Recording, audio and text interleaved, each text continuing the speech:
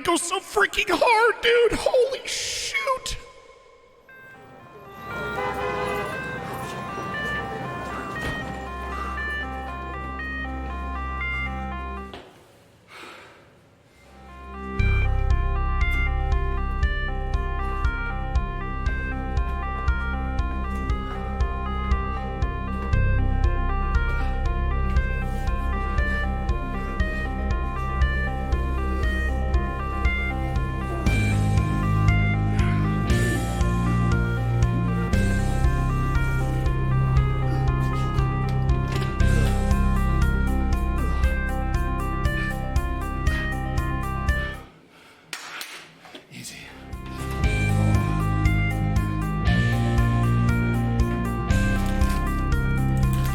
Watching the Old Zealand, a minesweeper champion, the Dragon of Portugal, Vice Captain America, the world's 4th greatest forehead, and a geography semi-finalist at the World Championships, Zealand!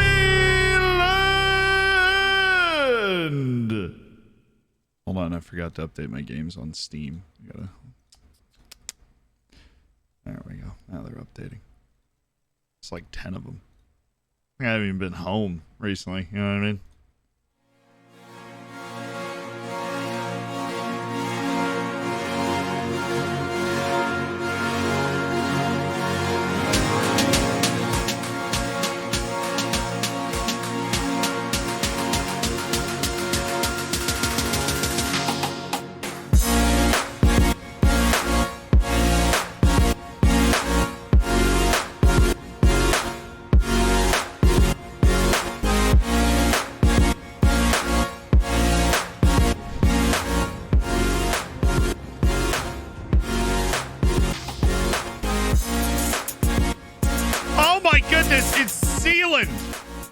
He actually streams.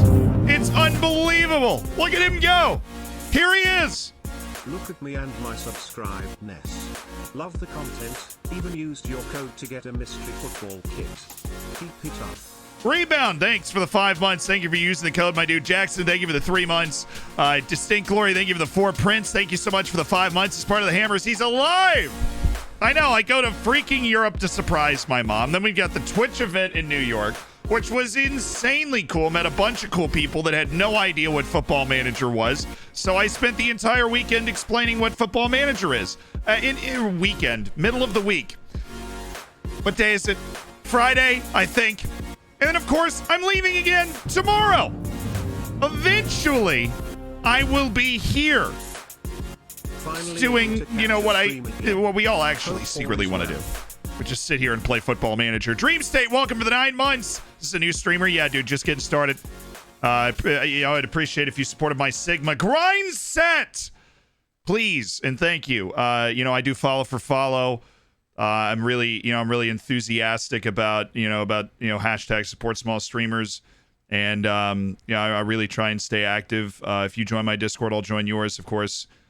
Because that's just how it works. But we're just trying to grow together. We're just trying to grow together. Not going to stop until we're at the very top, bro. Brand new streamer, and just we're looking to take over the world. So that's what it's all about. That's what I'm talking about. We're playing Football Manager today. Obviously, we've got the Dorfers today, obviously, and we should probably get started. I think we're going to be able to, fortunately, today stream for actually a very long time. So I hope you guys have got your seatbelts on. You've got food ready. You stay well hydrated. I went and bought an Arnold Palmer just for the occasion. And it's gonna be really fun. It's gonna be really fun. So we did get to have a lot of fun with a lot of different streamers from around the place the last couple days. That was a really cool, really unique experience. Pegasus, thank you so much for the 13 months. Blahars for the 5 gifted subs.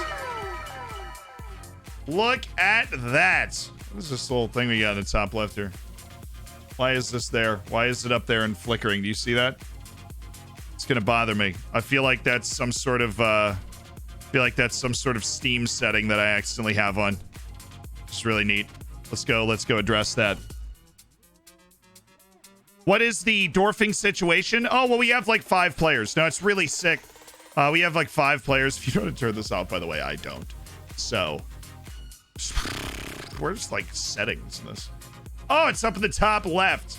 Oh yeah, we're in settings, which obviously has stuff that you and your prying eyes can't see. Interface, right? Scale to, well, no, not interface. In game. There we go. Enable overlay wall in game. Use. Hold on. When a screenshot is taken, no, doesn't matter. Overlay in game. I guess we could turn that off. In-game FPS counter in the top right. Well, what's in the top left? What is this weird flashing thing that's telling me the time, my playing time, and my FPS? What am I doing? K or Kevy Kev, thank you for the 8 months. Herman, what's up? Puff Chatty, thank you so much for the 5 months. What type of trousers does Mario wear? Denim. It's close. It's a B. Go Lucky Edwards, thank you for the 5 months. Nugget, thank you so much for the 3. What am I looking for? Yeah, new streamer issues. Now, like I said, it's my first stream, so I'm really, it is my first stream. Really excited. Use Steam overlay while in game. Did I turn that off? In-game FPS counter. I mean, I want that. Like, what is this thing, though, dude? What is this?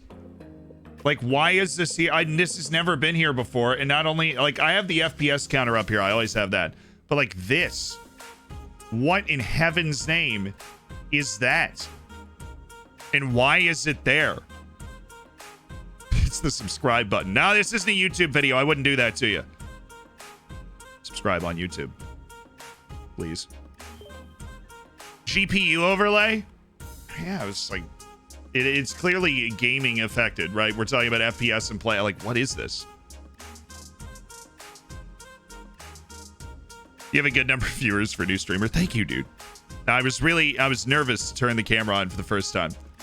And we'll say hi to YouTube. I had to figure out what this is. You said, so it could be NVIDIA overlay. Let me go check that. Like, what's going on right now? It's flickering. Like, if it wasn't flickering, I honestly wouldn't care enough. But it is flickering, and it's bothering me. Apparently, you need to close a Razer freaking... The Razer stuff drive is crazy to me. Razer Cortex. Okay, Razer Cortex. It's got some sort of overlay running. We're in Razer Cortex. I hate how long these words are. I hate that I don't know what they mean. Things are just opening on my screen right now. I don't even know what's happening. First time streamer it's the Razer overlay. Okay. We're in Razer. There's like no settings thing.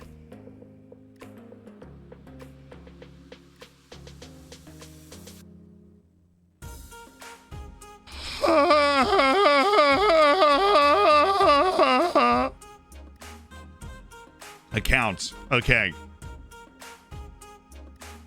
Can I delete my account? Would that help? Would that help? Welcome to Twitch. Yes, welcome to Twitch. If you were here for the first time, it's very scary, and I promise we're normally doing more things than... You know, we're normally doing more things. Long-time watcher on YouTube, first-time commenter. Just wanted to say you've helped me a bunch. Gave me a ton of... Now it's even more than a ton. Is that like a metric ton? I don't know. With FM, just want to say thanks. Keep it up. You got it. P.S. Up the toffees, dude. Yeah, no, Reese sent me this shirt. It is awesome. I absolutely love it. And, you know, always hope Reese's team does well, right? I'm not an Everton fan, but I hope Reese does well. I can't be a fan of a team, as I've discussed. It's too late for that now. We've gone too far. Try Control Shift Q. It doesn't... you know, I respect you for being here, but I'm scared to do that when I don't know exactly what I'm gonna, like, accidentally short circuit the entire block or something. Came to see if the clearly clickbait stream title is clickbait. Have you ever heard of the idea of hyperbole? Or were you here for the last stream? I imagine that you weren't here for the last stream. We have a first team squad now of 19 players, which is the smallest first team squad I think I've ever had. So we have basically 3 players, Adrian. If you feel like I violated you with this piece of information, so I'm getting distracted. What the heck am I looking for? Oh, there's the settings. Okay. Notifications, software update, general, show Razer menu, and the sys-tray icon. Show on startup. Don't show me the splash screen on start. What is this thing? And why is it on my screen? I just want to play games, and now all of a sudden there's something stupid on my screen, and I don't even know who is responsible for it. Okay?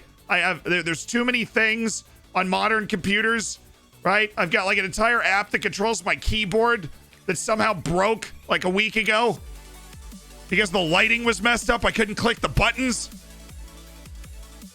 I'm livid.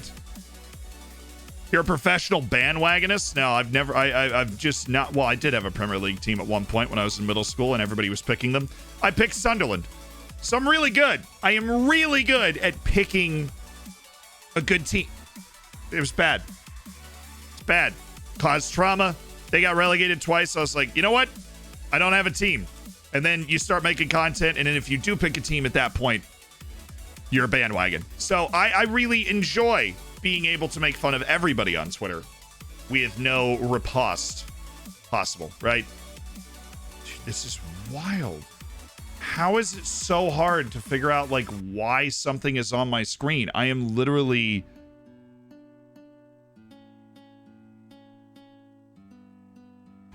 Okay, so Control-Shift-Q. It worked! Oh my god, what is it exactly? For those people that said Control-Shift-Q, it's now gone. I gotta close out all this stuff. It is now gone. There is nothing in the top left corner. Hi, YouTube, what's up, dude? You're finally gonna be caught up. By the time you see this, you're gonna be caught up before the stream. You will be caught up. And I'm so proud of you, YouTube. Welcome. I don't know. I mean, I hope Orlando City does well or down the street, but so apparently this has a Steam community discussion about it, which shows us about, well, that's for Elden Ring. What am I clicking on? Time, play time. Okay, so probably a Razer overlay. That was it. I deactivate. Okay, so it's a Razer over. Why, like, who even is Razer, right? Like, why are they on my screen when I've specifically requested them to not be on my screen? All right, here is the it's a quick command for the Razer overlay. Welcome, YouTube. Here's the situation in the league. We have played 17 matches. We've won 15 of them. We've drawn the other 2. We won our Europa League group, so we start Europa League in the round of 16. And we miraculously survived a cup quarterfinal despite a 7th-minute red card and an injury in extra time that meant we were down to 9 men. We won on penalties, and we are getting back into league play in the cup semifinal in the Europa League round of 16, which we very well should be getting to today because we've just got to play through February. The bit of issues, the issue that we have is that we have sold $177 million worth of players, right? We sold Christian Kuba to Wolfsburg for $32 million. We sold Paul Russo to Dortmund for $28 million. We sold Monte Ballas. His release clause was met by Brentford for $24 million. This was all in January. Let me sort by January here. We also sold David Sheshtak for $1.1 million as he was going to leave at the end of the season, which is what we bought him for. And then we have a 30% profit sell-on clause if he happens to have his career take off there. And the one last piece de resistance is a $25 million offer from Zenit St. Petersburg for Korean international Kim Yun-kyu, which means we are once again selling another player, which means we have like no players left, but our balance is absolutely incredible. Our war chest for the summer is absolutely incredible and disgusting despite a glitched out part of something other. Yeah, so a glitched out transfer revenue retention, which would have actually given us more money, but it glitched back to 60% for whatever reason. So we're going to filter out the unavailables. This is like the team we have available to tackle the rest of the season, which is wild because we actually have an unbeaten season going on right now. And we're going to be pursuing it with like very few players that we have left. Volkvist, Novais, Torbjornsson, Shodin. I don't know where Nadadvari is. I think he's suspended for today. Zapata, Vanderhorst, Axel Perez, Liu. And then our strikers are Julian Knapp and Paulo Cesar. Because we're kind of out of strikers at the moment.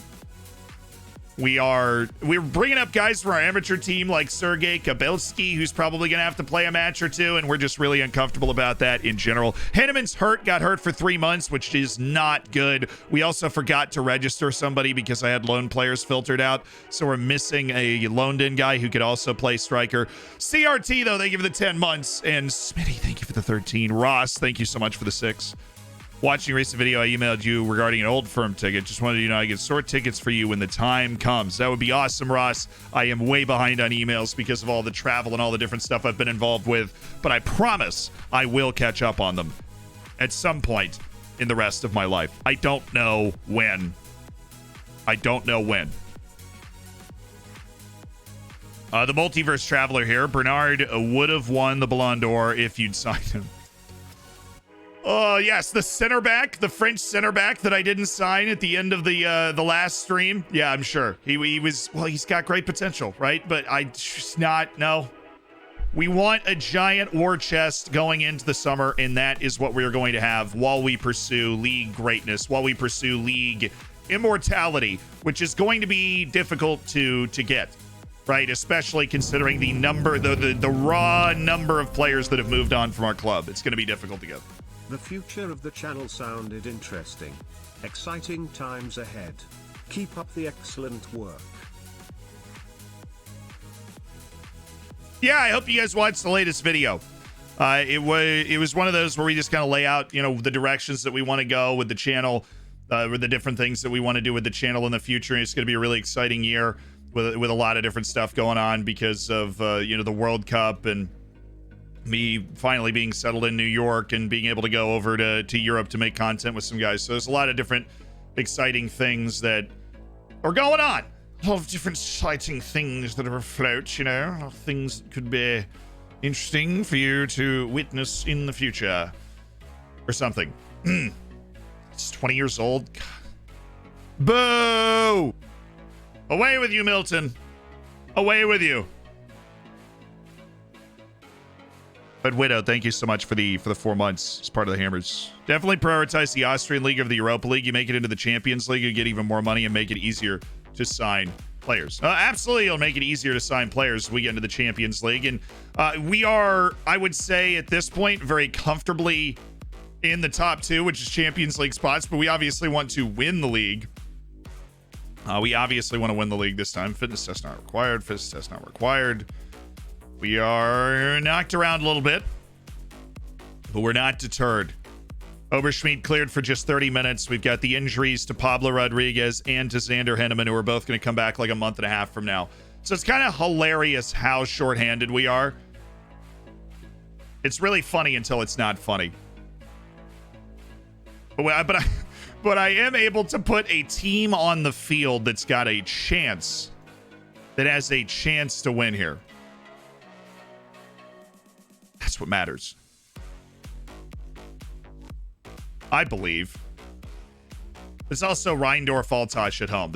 We have Salzburg in 3 days, which I just have no ability to rotate for at all, which is, sick. We have absolutely no, not Advari's getting rested because he's suspended, but who gets the squad number? Kabelski. We give him 30. I don't want him to have an embarrassingly high number if he has to end up on the field. Maybe we can convince people he's better than he actually is.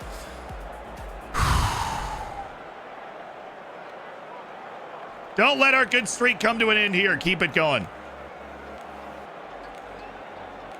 All down to hard work. Oh, it's snowy. Well, I guess it's our first match back from... Yeah, look at our home stadium. We're still playing in the Ernst Happel Stadion. How do you like that memory? Hey, what's up, Max? How you doing? What do your dynamics look like with so many departures? They're good. They're not great. Well, Mary, as you probably would have been able to guess. Is not Advari Slovakian, Hungarian? Just like you predicted, he's Portuguese. Born and raised in Portugal with no secondary nationality. Ah, right. We had a penalty shootout the last time we were on the field, so time to shake and bake. There we go. Away we go, lads. Away we go. Oh, give me that. Give me that. Look at Julian's hair. He's got that Erling Haaland flow going on. Axel, that was bold. I respect it. All right, Paulo Cesar getting a rare look playing striker. We'll see if he's got that killer instinct up there. Aliu, well, oh, dude, why did it not go to Perez? He was the guy that was making the obvious run there that should have been the pass, right?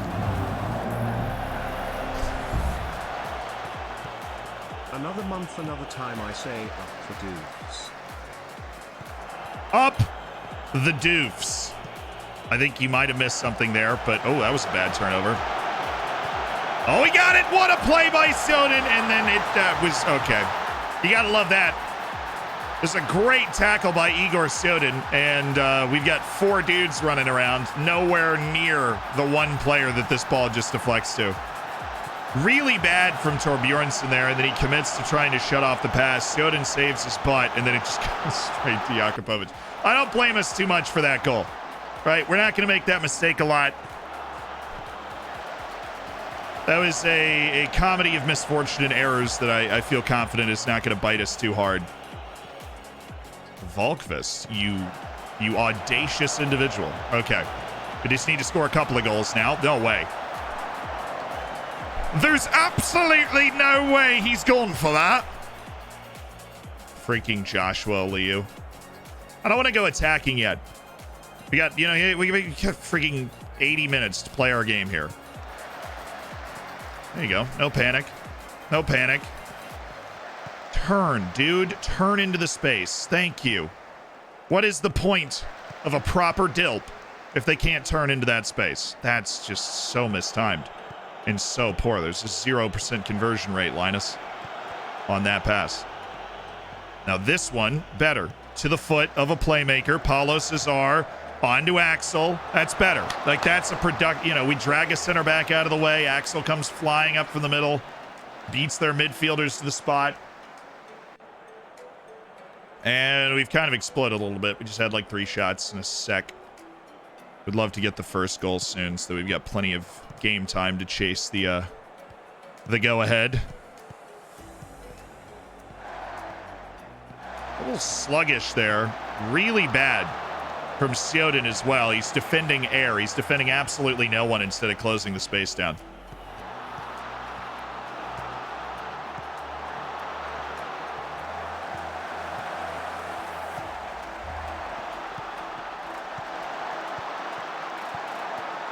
Come on.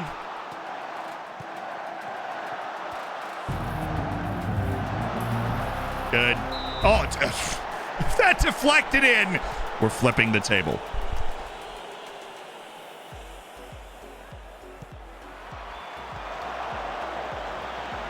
Thank you, Dark Ice, for the 23 months. Part of the hammers there. That is almost diamond bacon, actually. Novaish, that was glorious. That was beautiful.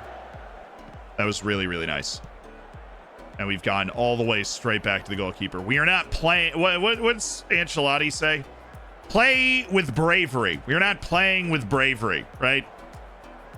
Passing the ball backwards, getting up to an advanced position, then just slowing it down again, which is the opposite of what we look to do tactically with our tempo.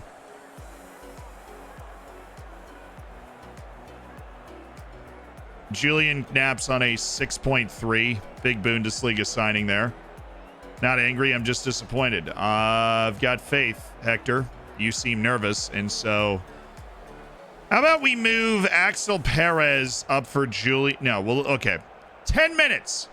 We're going to go 10 minutes of Julian Knapp, and if not, we move Axel Perez up and we bring somebody else in that's got quality, and more importantly, the ability to not suck today.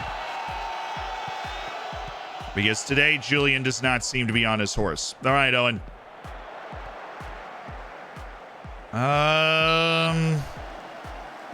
Weirdly awful pass there from Vanderhorst. This is not the way we dreamed of starting this. In the snow, at home, lethargic as all get out. Might start moving lines up soon. I know we already went into attacking, but... Knock it down. Just knock the ball down. Nicely, you have it. Oh, Judy missed by a mile.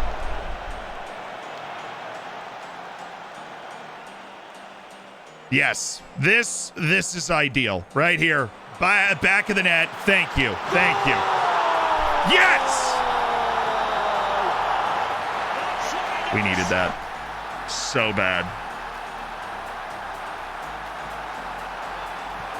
very lethargic until Fernando just rises above the... corners were OP last year. They're really not OP this year. That was a very nice time for our big lad to take care of business, though. Let's take Vanderhorst and put him in here. I'll take Garcon and put him wide. Then we'll give Vanderhorst that opportunity to run up the middle. And then the other sub I'm going to make is San Rogel for Linus Volkvist, because Rogel is a foxy passer of the ball. Whoa! Whoa! Ref. Whoa! Whoa! Hey! Hey! Hey! Violent! Ridiculous. He's got his hands all over him, ref. All over him. Student. Paulo. Good. Look behind you. Look behind you. Turn around. Thank you. Don't pass that first time. No defender was near you. Now you pass. Okay, now he's... Okay. Okay. Okay. Okay. Hit it. What a save. Like, actually, what a tremendous save by that guy. He kept his feet. That was a really good save. Kept his feet strafed across the face of the goal, got in the way. Like, that's just a really, really good save there. I wish it wasn't, but it was. And I am sad that it happened. Hugh, thank you so much for the prime, dude. Welcome to the Hammers. Enjoy the bacon, enjoy the emotes. Will Wilson, thanks for the prime. Thanks for we just spent $10 to Jeff Bezos money, so we're feeling pretty good about that. Oh, get in the way. Will you block the shot? What a save. Block the shot. We have a, like, we paying attention in the pregame where Sasha Horvath is the guy we're tight marking because he's the one that ends up in the extra space. No? Okay. Good. I've told you all that I can about the way that their tactic is going to work. All right, Axel. All right. Axel. Axel. Come on. I mean, maybe we just do it twice. They're short. Fernando Novais. Novais, anybody? Torpio. No!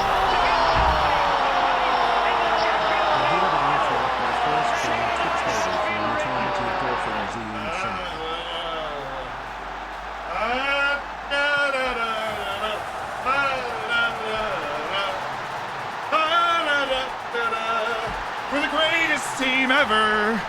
We're not playing that well, but my goodness, we scrapped a couple goals in because they're short. You know, normally we stand with short kings, but today we appreciate their existence. We should have done this right after they scored. Here we go. Backing it up. Okay, box to box. Carolero. Center mid on attack.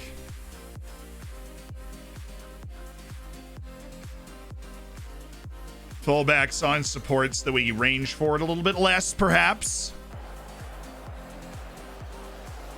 And let's just keep control of this game. Thank you to Axel Perez for finding the crucial touch.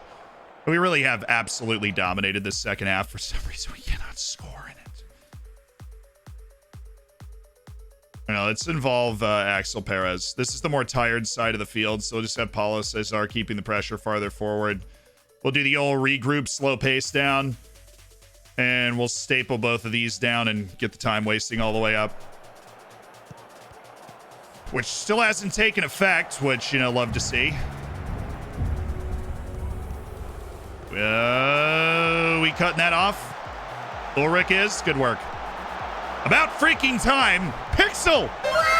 Thank you so much for the 5 gifted. Pierre, Woodchip, God Mode, Touch, and Armstrong. Welcome to the Hammers. Enjoy the bacon. Enjoy the emotes. And you, hi Z, big fan of you from Leicester. Thought you deserved my prime. Well, you know, the free sub, Jeff Bezos money. I'm just happy you're spending it. I'm glad you enjoy this stuff. Boo! Hey!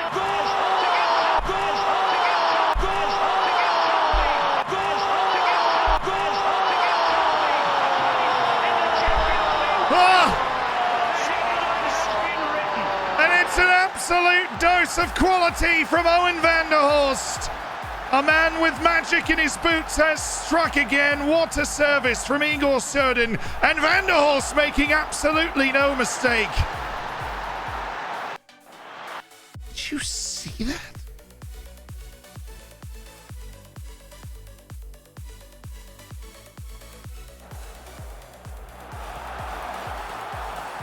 Shut up.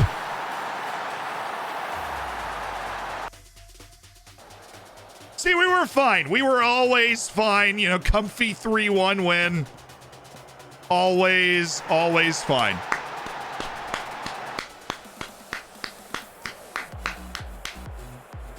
Big second half. Halftime talk worked. I'm just disappointed in you. And we turned it around. Even though Julian Knapp was awful. Apparently Paulo Cesar was good, but I didn't really see him do anything. Well, he assisted he takes corners. That makes sense. There seems to be a real buzz around the team at the minute. We can build on these good times. You know, my heart was pumping. The players pulled through in the end. It was a physical, demanding match. Away to Salzburg. Away to Salzburg. Okay. This is going to be a match that could create a truly impressive distance between us and every other team going into the league split, which is like honestly not too far away. The nerves are high. If we win this, right? Like if we win this game, here, I need hi-fi. We've really been digging the hi-fi playlist recently, so let's get it on today. Almost a bird. I mean, you know what that reminded me of was Paulo de Can no, it's not the Canio. What was? Might have been. Played for like West Ham or Villa or something. That was Paulo Di Canio, who had that like ninja kick goal. It was Di Canio for West Ham. Look at that. Thanks, brain. Appreciate it. That's what it reminded me of. Side angle service, taking it on the volley.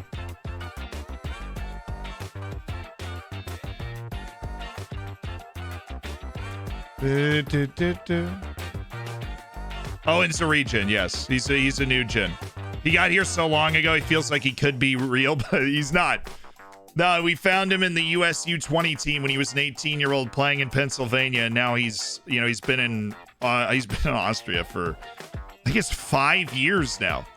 He's been here for 5 years. Part of the wallpaper and still capable of moments of magic. We always knew. We always knew what he could be. And he has become that. He's become that dude.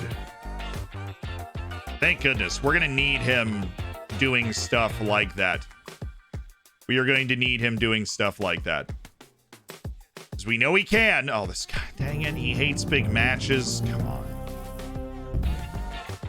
A lost chance for you to be somebody. I was making fries the other day only to discover that I had no more Twitch subs left. I turned around to see a bald man running away with my Twitch subs.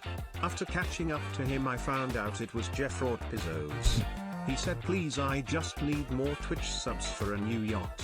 Shame on you, Pizzos. The way that the TTS says that.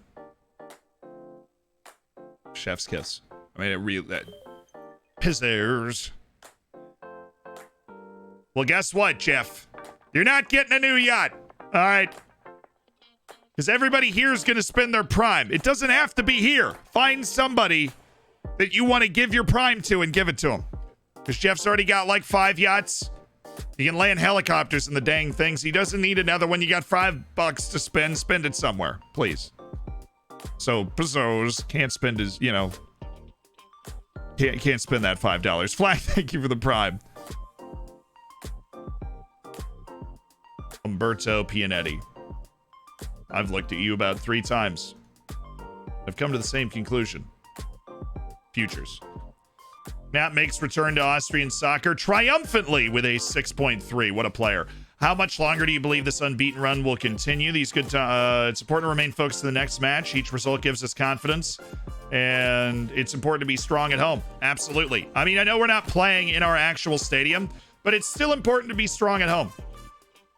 Given Marquez is going to come back from his Brazil national duty just in time to play against Salzburg, and I'll start him over Julian Knapp if we have a chance. Matt, thank you for the Prime. Zen Master, thank you so much for the Prime. Herman, thank you for the Prime. See, it's that $15 of Jeff Bezos money just got spent right there. Everyone knows Albert Einstein. I mean, that's the price of a yacht these days. His Uncle Frank was a real monster. Everybody knows Albert Einstein was a genius, but his Uncle Frank was a real monster. Bezos crying right now. Jen Nova, thank you for the 5 with the Prime, no less.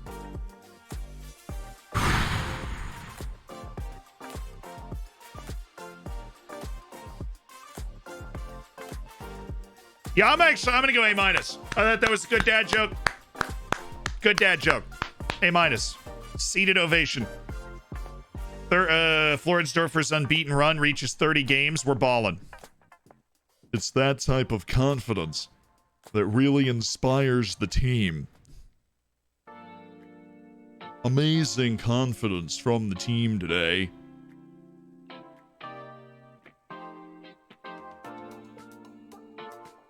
Change the defending. Defending disengaged. And you get your training not important to winning matches. We're seeing nice development with that training regime. Gorosabel. ¿Qué pasa, hombre?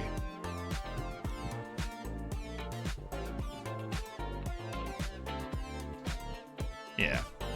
Yeah. Break glass in case of emergency right back. We've already used one of them. We've got Linus Volkvist. Let's see who needs a rest. Probably somebody, right? I mean, Aliu is wheezing right now, so no chance he makes it to the next day. Vanderhorst for sure. Where is Nadadvar? Nadadvar is there, so we're not going to do it to, let's see, Zapata had come out for Garzone. And we really don't have another midfielder we'd want there, so. Sioden's fine, but I definitely want these two center backs to play this next game, so we'll get that up there. And then Kim Yun-kyu, who's working on his transfer move to Zenit. So we're not going to play him anymore. Don't believe in that. Don't stand for it.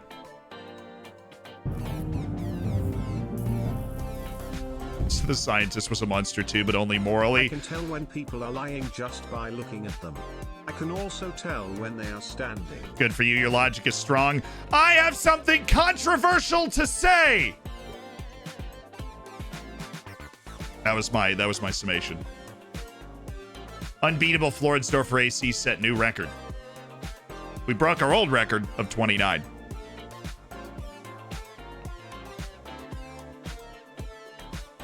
I'm gonna agree with chat, Scofier. That's a B+. It's a B+ for me. It's good. Definitely deserves respect. It was a dad joke of quality.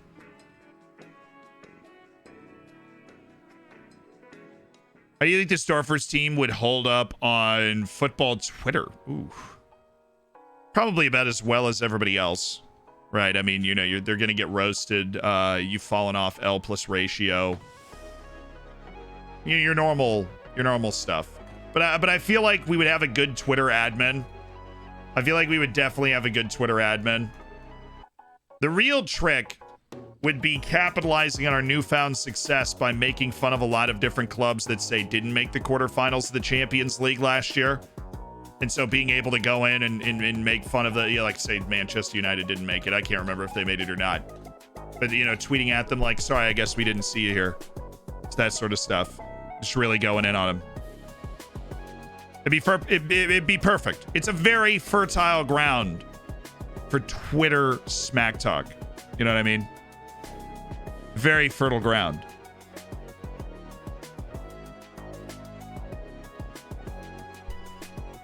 Lakester and Pandemic, thank you so much for the primes, by the way.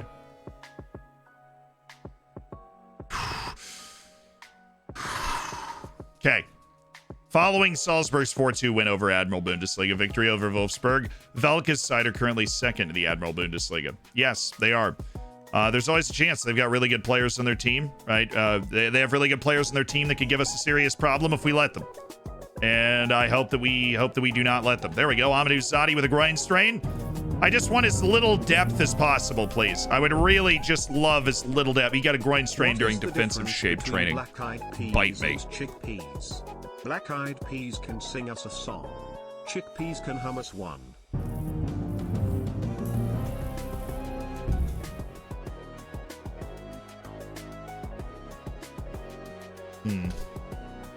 I've got bad news, though.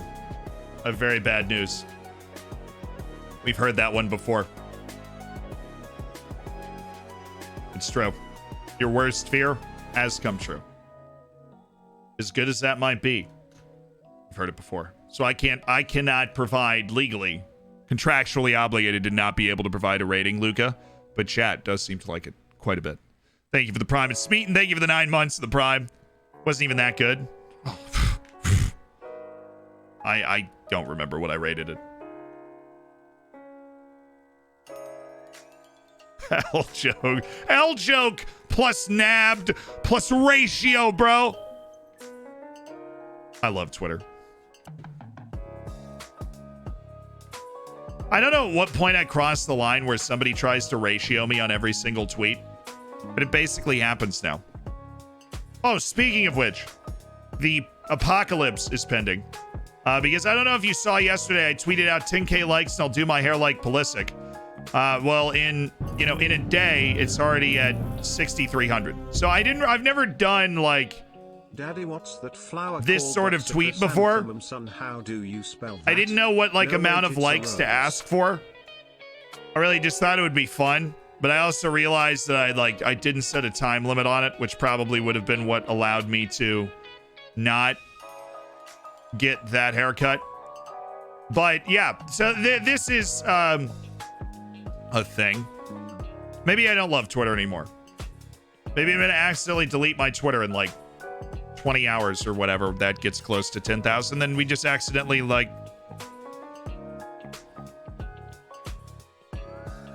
it just gets deleted, right?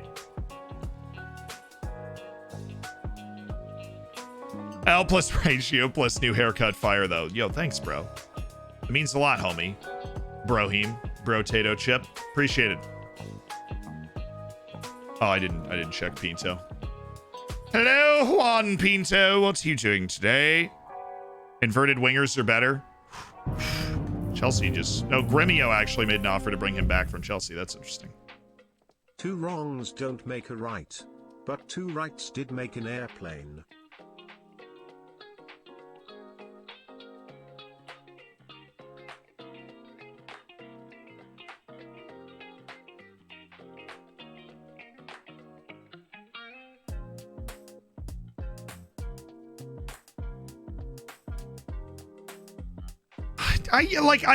It's punny, right? It's punny, but is it funny?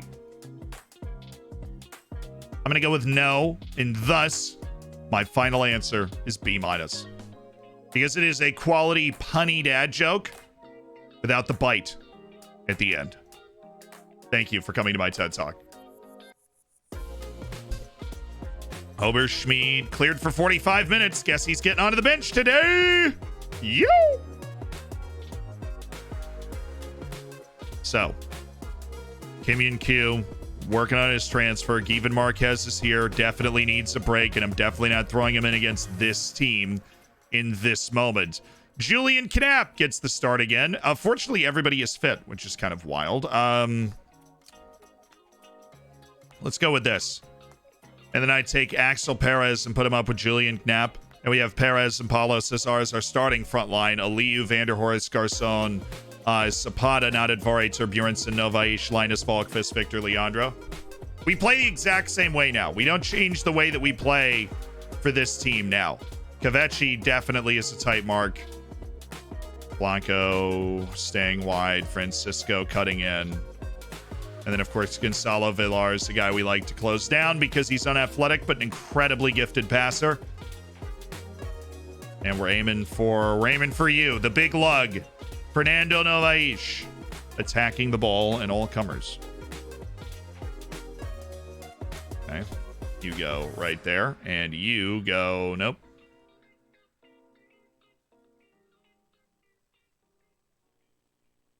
that Aliyu? Aliyu's the one that is vertically challenged, right? It's got the 4 jumping reach. That's fine.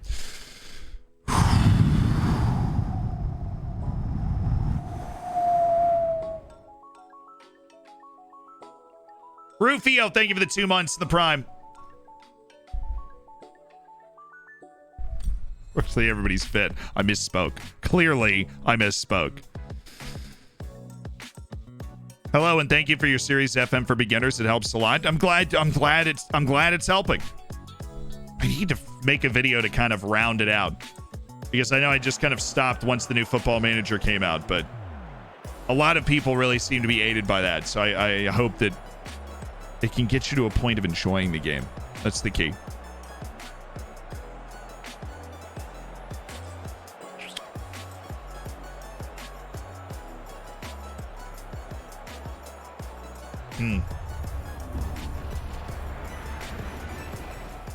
I used to work at the Pepsi factory where we would crush cans. It made me very sad. It was so depressing.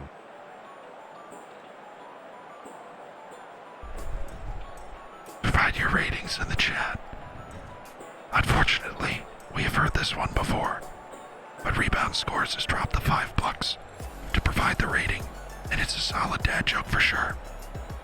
Thank you for your time. Okay. What do you attribute your recent good way run to? All down to hard work. We're flexible and adaptable. I expect us to play to our standards today. Absolutely. It's all about momentum. Der Österreich Klassiker at Salzburg. Here we go.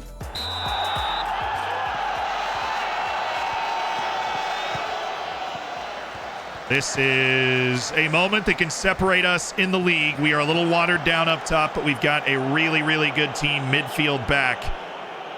And we just need Pablo and Xander Henneman to come back, honestly. And then this team is still going to be cooking and still has depth in the midfield despite all of the sales that we've made. This is what we get for collecting good, talented players. Okay. Garçon. Yes. Oh, and Vanderhorst slips in behind. He's a big game player. He's a big game player. My boy. A knee sliding into the corner. He's a big game player. His name is Owen Vanderhorst.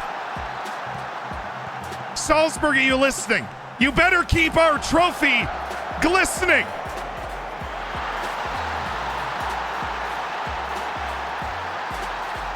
The Salzburg shredder, Owen Vanderhorst, is at it again.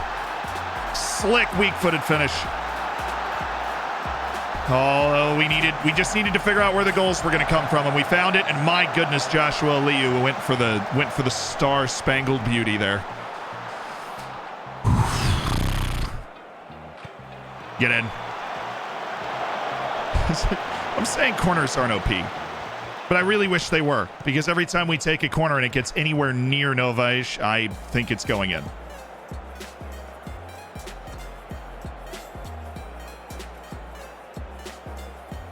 Get it.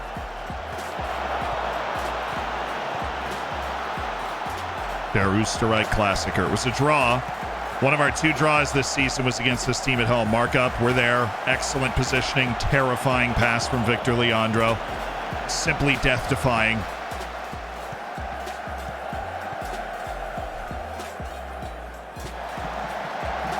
Easy block. Easy block. Followed him stride for stride. He copied him word for word, bar for bar there. They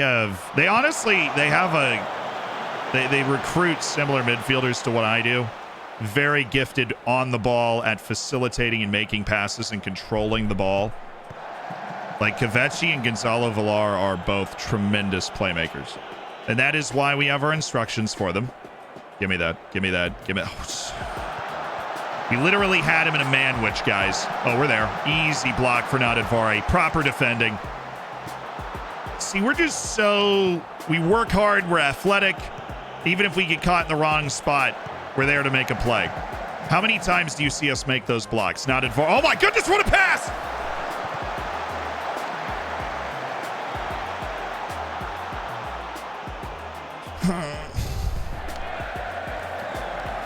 Oh, boy. Well, that just feels like a gift, Ulrich.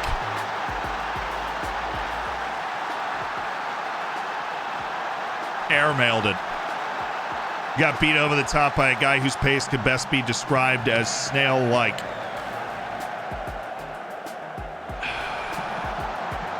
All right, 1-1.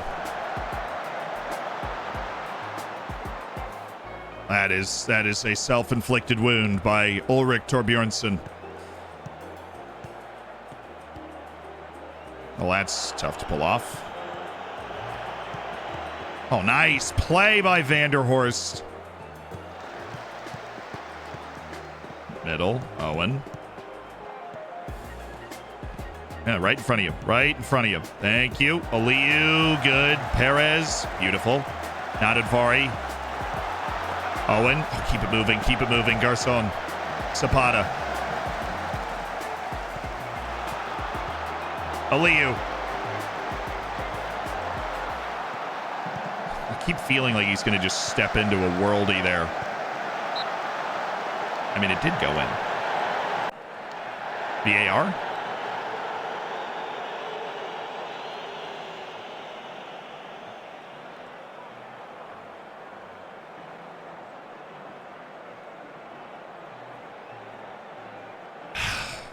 Halftime. All right.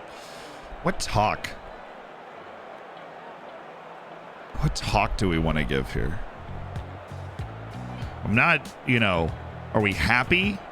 I think we go with like a middling talk. They want me to get mad at them. I don't know if I'm there yet. I'm going to go with a middling talk and then get mad at like Axel Perez isn't playing well. It's his first start at striker though in his career. Torbjornsson's motivated, which is nice. Paulo Cesar, we're going to find out if we can yell at him today. I'm going to yell at him. He had the chance. Paulo Cesar had the chance. Nadadvari put it on a plate for him and he drilled it right at the keeper. We've had 2 good chances to score. We've gifted them 1. But this is not gonna be an open, free-flowing game with a million chances for either team. They are too good for that, clearly. We know that. Oh, up the field. Get that ball up the field. I want to highlight there. It's Perez on a 6.4. Cesar on a 6.5, but it might not matter if we... Oh, yes!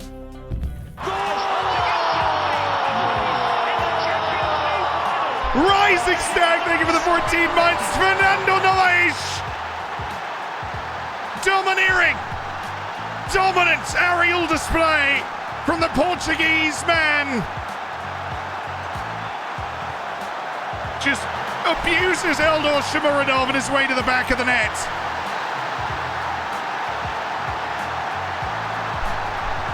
Let's go! It's like there's just not a lot of chances in this game, so having a player that can go out and can make that play is so tremendously important. Aliu is exhausted, so we are now going to kick on the ball-winning midfielder portion of the evening with Adrian Rodriguez. And we are going to go get Paulo Cesar for Julian Knapp so that we can change up the way our strikers are approaching this game a little bit. And we know that Knapp's better than the 6.3 he showed on his debut. Here's his opportunity to prove that to us.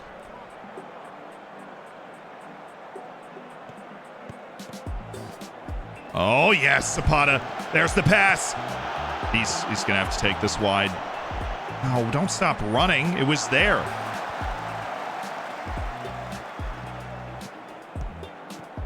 Nice, nice, nice!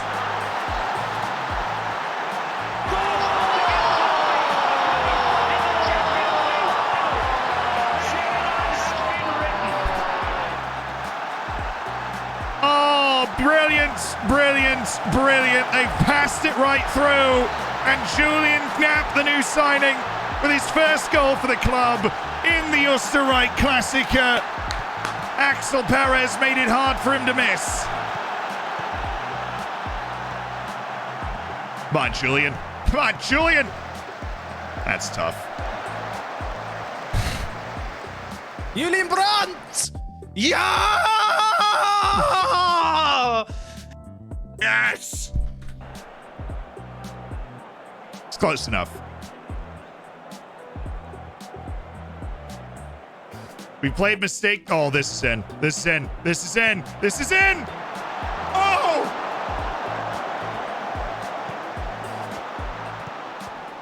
We played mistake-free ball. We played precise, brilliant ball.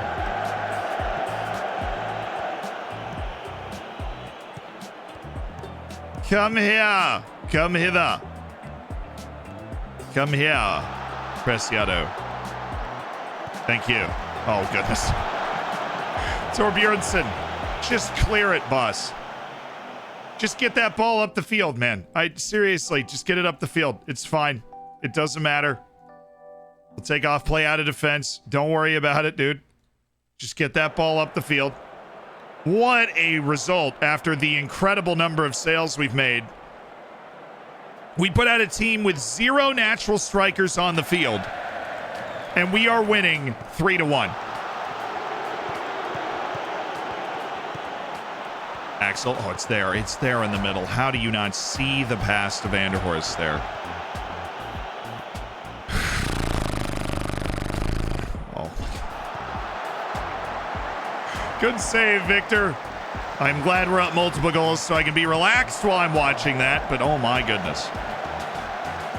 Now both of our center backs have just missed a ball in the air, leading to their 2 best chances of the game by quite a wide margin. Really hard to head the ball over a 6'5" guy with like 19 aerial reach, just for the record. So this is how to win strikerless. Yeah, we're just playing 2 midfielders at striker.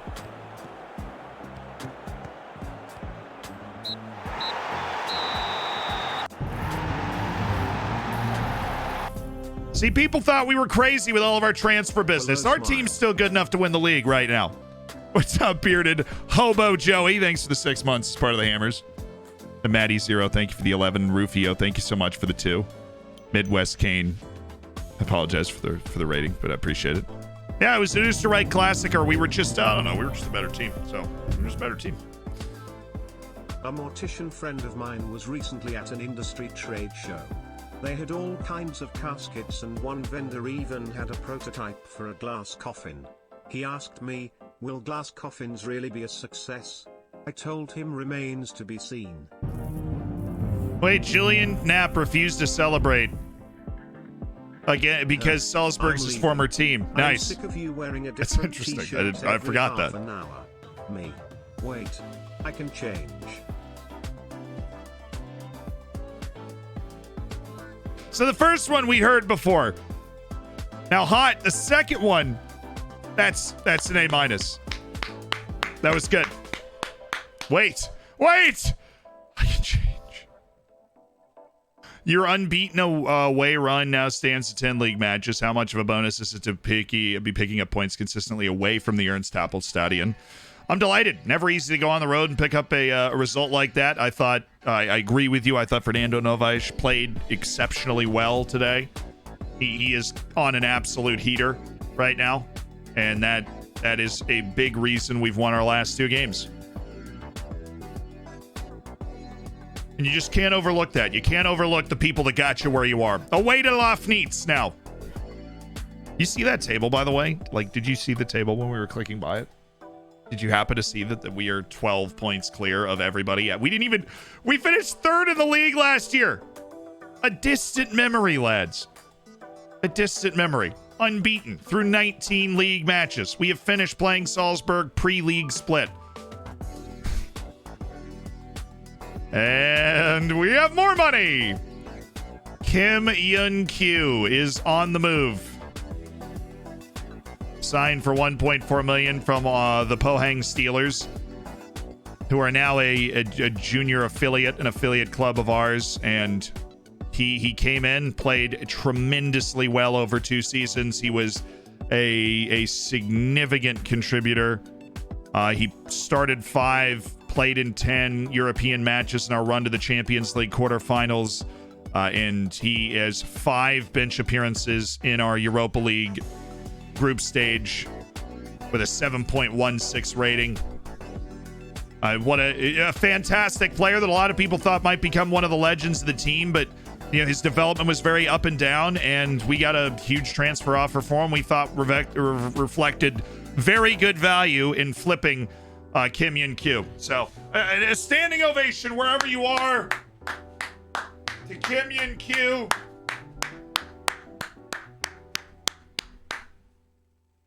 For being a great player for this club, being a great Dorfer.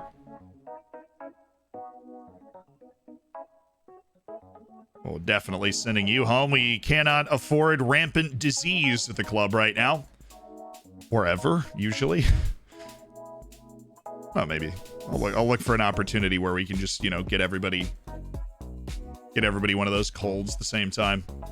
We'll just be fine going forward. Mauricio Esprilla, there's something going on there. Julio Cesar Venegas, Jefferson Castillo. We're going to keep scouting these guys because that's the wave of really talented young players we've identified we want to bring through. And this is the round of 32 in the Europa League, so we'll be drawn against one of the winners of this. Ajax beat FCSB, Monaco and Fenerbahce with a draw. Genk blew out PAOK, Real Madrid. West Ham's playing Real Madrid in the Europa League round of 32, and Real Madrid beat them in an 87th minute goal from Jonas Wind. Stade Rennais beat Krasnodar. Bodo Glimt won on the road against Wolfsburg. Real talk. Did my boy play? Different one. Different Lewandowski. Different Lewandowski. Who did we sell to Wolfsburg? We sold Kuba to Wolfsburg. Wasn't even on the bench. Hey, it's their money. Zulte Waregem lost and Zenit beat Dinamo. So we might actually play... Kim couldn't be registered, though, could he?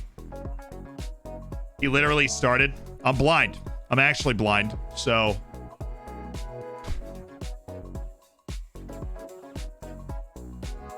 But did he, though? This feels like a conspiracy theory.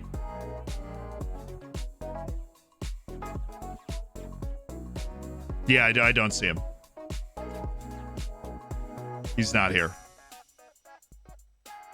Oh, is it Yunus Musa? No, we didn't have Yunus Musa. I don't see him. He's not.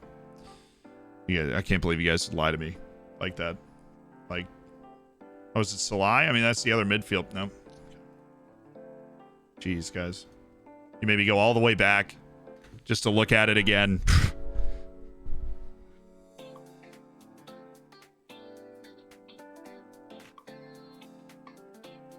Yeah, and he wasn't even on the bench. Crazy. Scout Milos Lewandowski. DC United signing Johan Madrid. It's about time he moves out of the Peruvian league at the age of 32. I can't be the only person that has noticed how freaking solid he is. How did we get 41 reports at the same time? How are you so bad? Sorry, that's an unfair question to ask. You wouldn't know the answer to that, would you? Johan Carlson, I'm pretty comfortable that you're not going to be good. I'm like actually really comfortable knowing that you're not going to be good enough. You, Laurenson, have the outside chance of being a decent player. Nicholas Zapata. Oh, this is okay. This is from the South American under 20 championships here that we're getting this report. And that is a competition that I really want to pay attention to. Gustavo Duran, Harrison Gamboa, Jean Trujillo. He's not French Zealand. Why? Humberto Sandoval. Nope. Eduard Pelasa. Yair Garces. Okay. Paul Bernardo. I mean, for an 18-year-old, that's crazy athleticism.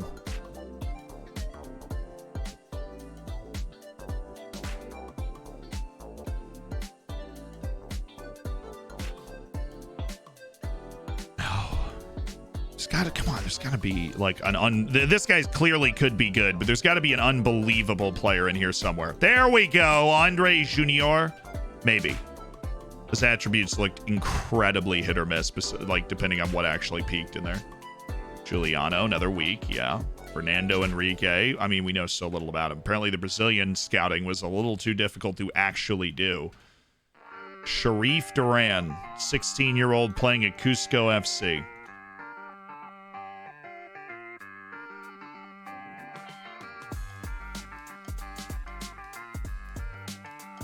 I mean, there really wasn't a superstar in there. That kind of makes me sad. Because we did just go through a lot of my favorite superstar hotbeds. Argentina, Brazil, Peru, Colombia. And while there was that 16-year-old Colombian that looked like he had some pretty good attributes, but there's nothing in there that's like rocking my world. Porta Mazebi, definitely want to bring you up to the first team. At least, kind of. I don't, though, because the training that they're able to get done in the second team is so much more important. But Yield is fine. He's vibing. He's vibey up here. We're going to get him on the field, I think, sooner rather than later. I need to not be afraid to put him on the field. Have faith in the young guns. He's not the normal type of young gun. He's a youth academy prospect who's improved like crazy. And we have no players left, so he's here.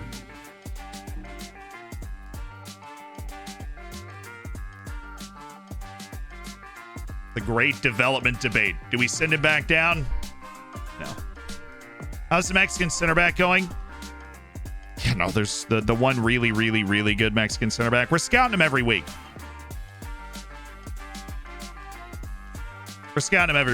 I was in chat a couple weeks ago seeking out advice on my dorking save because I conceded over the top an insane amount. A little update on your insight. I found some good players that had insane potential. Played one season, almost made Vanarama National League playoffs first year. Every good player wanted to leave.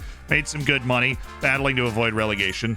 Starting advanced form has 3 clear-cut chances in the last 3 games. We got relegated and I got fired. No word about the balls over the top, but... Okay, so wait, hold on. You had good players with insane potential for your team. We played one season, almost made the Vanarama National playoffs the first year. Every good player wanted to leave. Did you have them under multiple year contracts? Did the board accept the transfers, those sorts of things? If there was the ability to keep those people on your team, the money that you're getting for somebody in the in Vanarama is usually not going to be worth it, right? Like I only signed free players up until we got into Europe. We only signed free players. We improved a lot on the over-the-top stuff. Okay, that's good. I definitely want to know if like stuff I'm saying advice-wise isn't helping. But F's in the chat for Nate. I mean, sounds like those bright young stars got away too soon. Sadness ensued. Relegation ensued. Getting fired ensued. Getting fired never feel.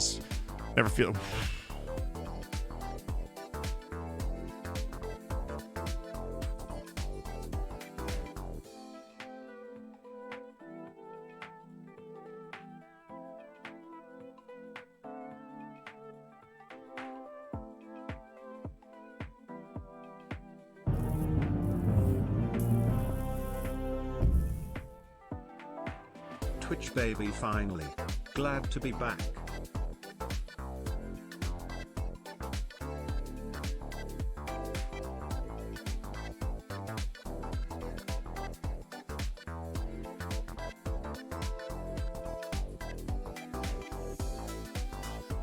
Kiramaj, thank you for the 9 months. Part of the Hammers and Violent Parrot, thank you so much for continuing your gifted sub.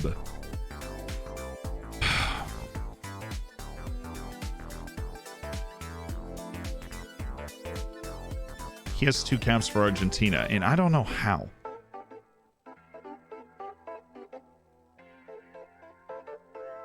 I have no idea how that guy has 2 caps for Argentina. I am flummoxed, flabbergasted, shocked. I have to assume it was to keep him away from Portugal in some way, but... Really? I mean, is that guy ever going to be important? It sounds harsh, but really, is that guy really ever going to be important? Frosty, though, thank you for the 5 months as part of the Hammers. Yikes. No, he has Portuguese nationality, so they definitely got him into the team to make sure he didn't go to Portugal. strikes me as weird. Okay. Latest on Henneman's injury. He's going to be out for a while, but I'm optimistic he'll recover well. Rogel be eased back into the team. Yeah, I mean, he was away with a cold. We're not worried about working San Rogel into the team after he recovers from a cold. I really do appreciate your concern. Argentina's got to be super mid. I feel like in Football Manager, a lot of times Argentina becomes very meh. You know what I mean? Like they become very average. Okay, what, are we just hiding all of the great? Yes, we are hiding all of the great players from the Under-20 South American Championship right here. Thank you. I was like, I'm not sure Portugal would have cared. Was that guy like about to get called up by Portugal? Salzburg's gonna just hand this to us, aren't they? Salzburg just lost to Hartberg. I think we might have broken their spirit with that win away. We have a real chance to run away with this before the league split.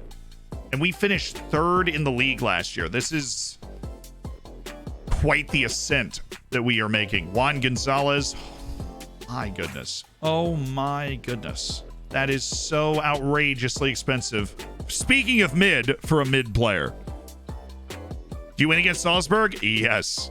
We won 3-1, actually. It was quite lovely.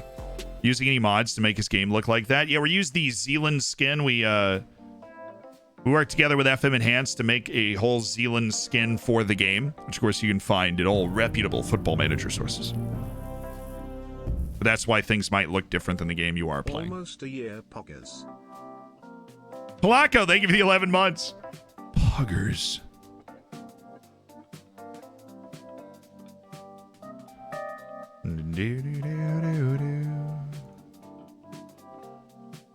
Michael Svoboda. Let's watch Svoboda. He's playing in the where did it go? Dinamo Zagreb and Zenit. There you go. Austrian national team. Oh, we have away to Rapid Vienna too. Not an easy stretch of the schedule here. Like a bunch of away matches in a row, including away to Salzburg and Rapid Vienna. And you know what? It's just not going to matter. That's how freaking good we are.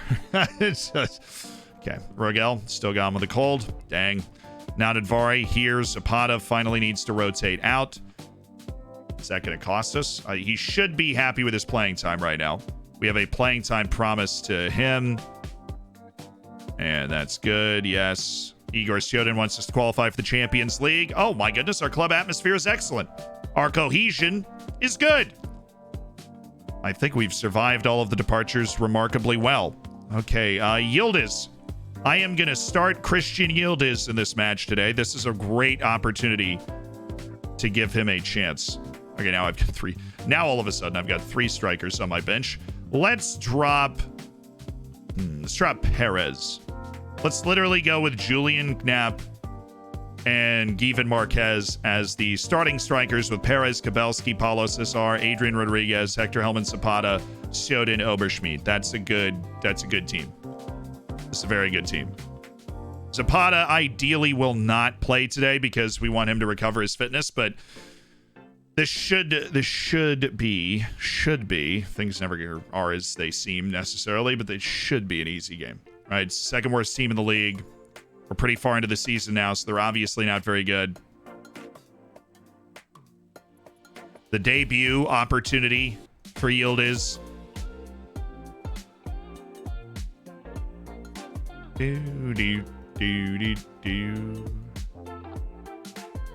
Score predictions in the chat. If you predict correctly, you get a high five from me directly. What's the score going to be? I say 4-0. I'm confident. I am confident.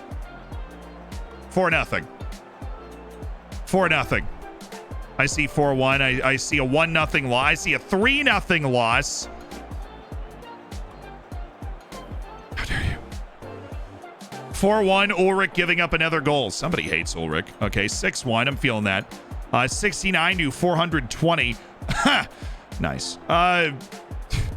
Welcome to the internet. 0-0 draw. A 2-1 win or a 1-1 draw. So somebody's thinking it's going to be a tough road match in the cold against Lafnitz today. A 3-0 dub. A 4-1. 4-1 seems to be very common 4-1 seems to be very common. Okay, it's been a tough run, no doubt, but I hope we can come out of this stronger.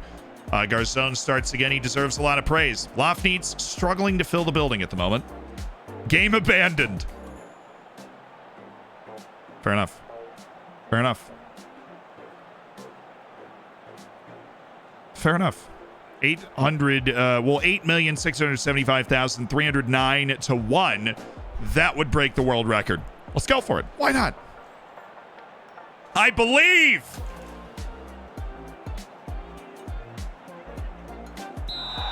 It's the first time we are seeing the big boy in the number 9, Given Marquez, on the field, now that he's back from the South American Under-20 tournament. Garçon's in the DILP position today. Aliyu ahead to Vanderhorst, and it's just that easy, chat. We are well on our way to scoring over 8 million goals in this game. So I'm gonna go get a water. I'll be back. See and jam.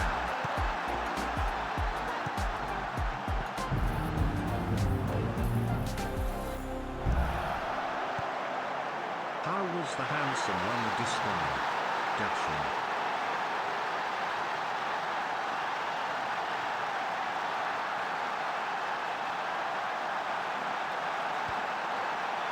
Hey, do we win?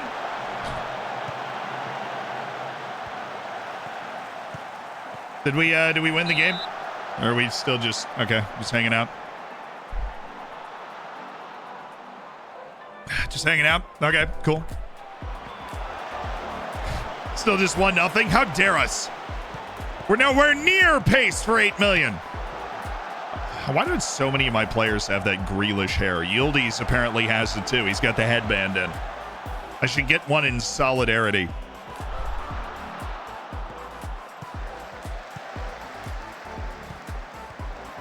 Oh, yes. Oh, yes! Vandals! Owen is on fire also. Now that we've returned him to the middle of our midfield 3, he seems to be... He's clinical. Like his weak-footed finish, just pushing the ball past the keeper. Super precise.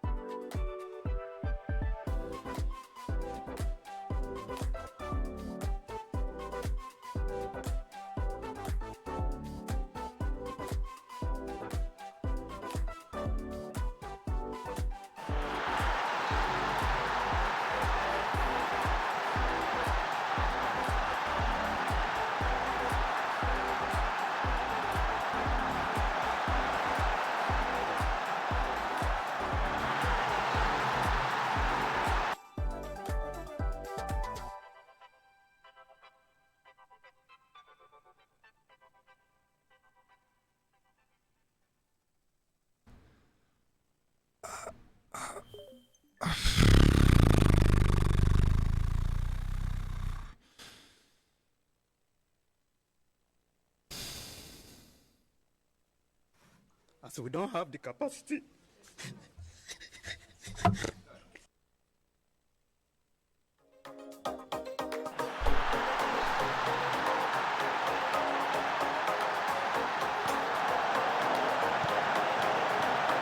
He doesn't. That's... Hey! Hey! This is... We're rolling him now. Fifth Mellow, thank you so much for the gifted subs, dude. Thank you for the 5. Karanji, Esker Marshall next Tuesday. Vanilla and Rags, welcome to the Hammers.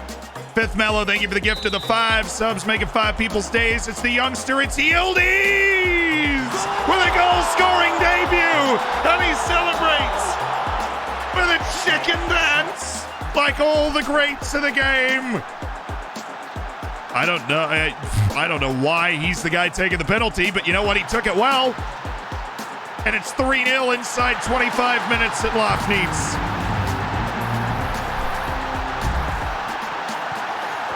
Zillion Malaka.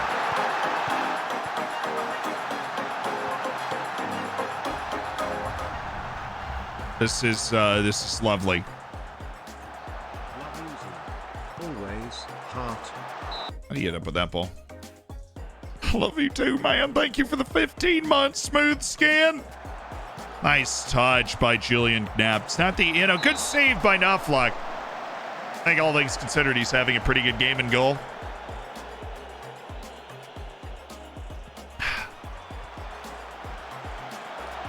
Dead Tom, thank you for the prime. And Carlos, thanks to 16 months. America. Oh my goodness. You're right. Smooth skin. Whoa. There's been a red card, but for who, Chris Kamara? Get him off the field. Get him off the field. Unbelievable. Get him off the field. It's Volquist. Get him off the field. Get him off. Put it in. Easy. Oh, just de-brained somebody in the front row. Nice. Here comes we're up a man. We're up 3. This is a good spot to be in. An excellent debut opportunity for Christian Yildiz. We're just going to be watching. Oh, that's a pretty good save. I mean, that was point blank for Tor Bjornsson. He wins the header. He just has to put it on target and miss the keeper. And he didn't. So, thank you, Volkvist. And Julian Knapp's actually playing pretty good today. If we're going to point out guys that are playing well, he's drawn a penalty. He's created. I'm pretty sure the first yellow card came from the penalty. So he literally drew both cards. Yildiz, Van der Horst, Owen Van der Horst, Linus Volkvist. Yep. Yildiz. Nadadvari. Gottesson, Van der Horst, Yildiz, who looks like he totally belongs out there. Here he oh!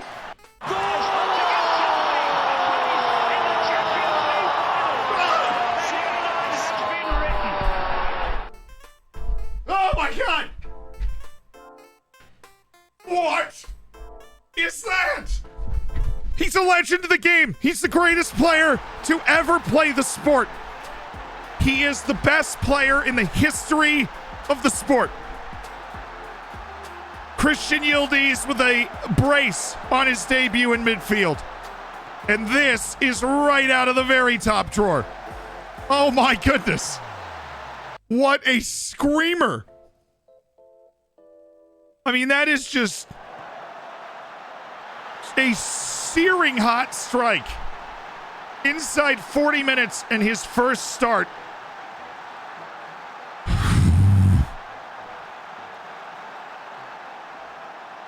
Well, Christian Yildiz, hello. Yeah, I think I'm very happy.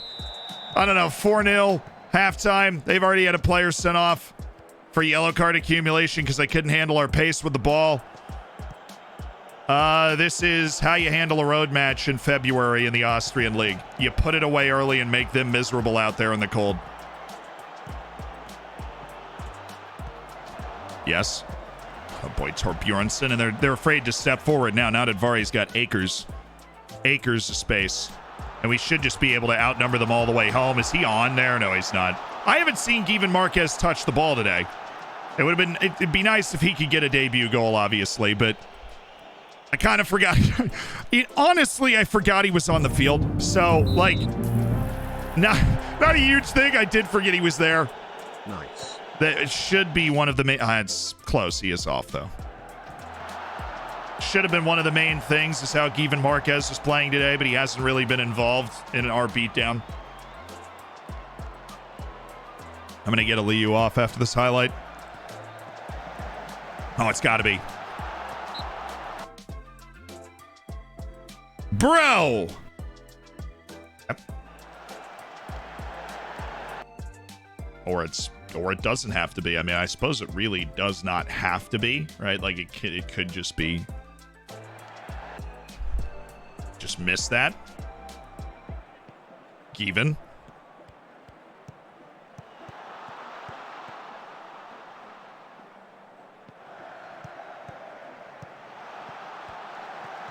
Oh, no. No. Stay in front of him. Stay in front of him. Look at the hips. There you go. Easy. Soup. Or soups. Thank you for the tier 1. Welcome to the Hammers. Andy Trek, thank you for the 18 months, too. Appreciate you being a part of the Hammers. Yeah. Say he was offside. No, I mean, he was. I do not have a dad joke at this time. I instead have thoughts and Hello? prayers for any team that runs into the mighty Dolphins. Yeah, they probably need it. Honestly, the way that we're playing right now. We've got a match coming up away to Rapid Vienna. If we win that match as well, we have just flown away from everybody in front of us here. All right. This is a nice run. Cross is a little light, but is he shooting? Please. Thank you. Thank you, Adrian. Oh, my goodness. It's Adrian Rodriguez. Well, that actually probably worked out. Offside again. Okay. Whatever.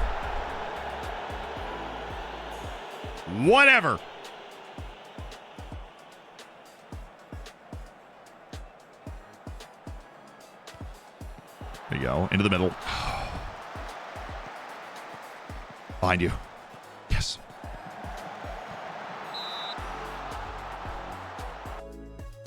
At first, I thought that wasn't blocked. I thought he just actually missed by that much. I was about to cry. We spent millions and millions of dollars on that guy. Just fluffs it. Okay, we need to make subs. Oberschmidt's in for Torbjornsson, who does have fatigue issues. He doesn't have fitness issues. He has fatigue issues. And then Vanderhorst. No, not Advari has the same issues. So get them off. But this match, well and truly in control. You know what I'm saying? It's well and truly. Let's go ahead and play the rest of this match out. Try and make it as comfortable as possible. Not intense on the legs. And with the added bonus that if we... Oh, there it is.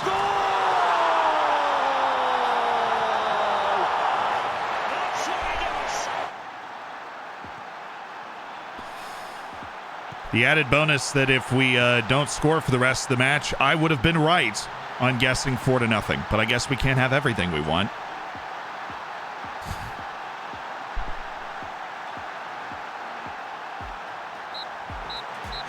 I'm glad he got his debut goal. I mean, it helps people settle. They get their first goal. And I'm glad he got his debut goal. And we won 5-0 on the road against Lofnitz.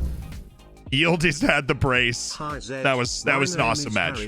That was an awesome match. By the Twitch name. I saw your vid yesterday and it made me really want to reach out to you, so I did. I messaged you on Twitter, Insta and FB. Do know if you'll find the time to look at it, but I thought I'd let you know. Thanks. If you have a business email, I could send it there if that'd be better.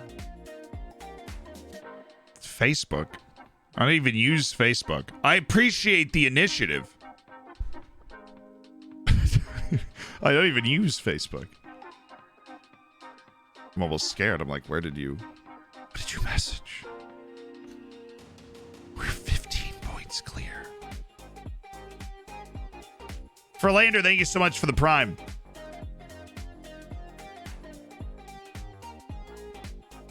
Christian LaVega. Simon, thank you for the 4 months.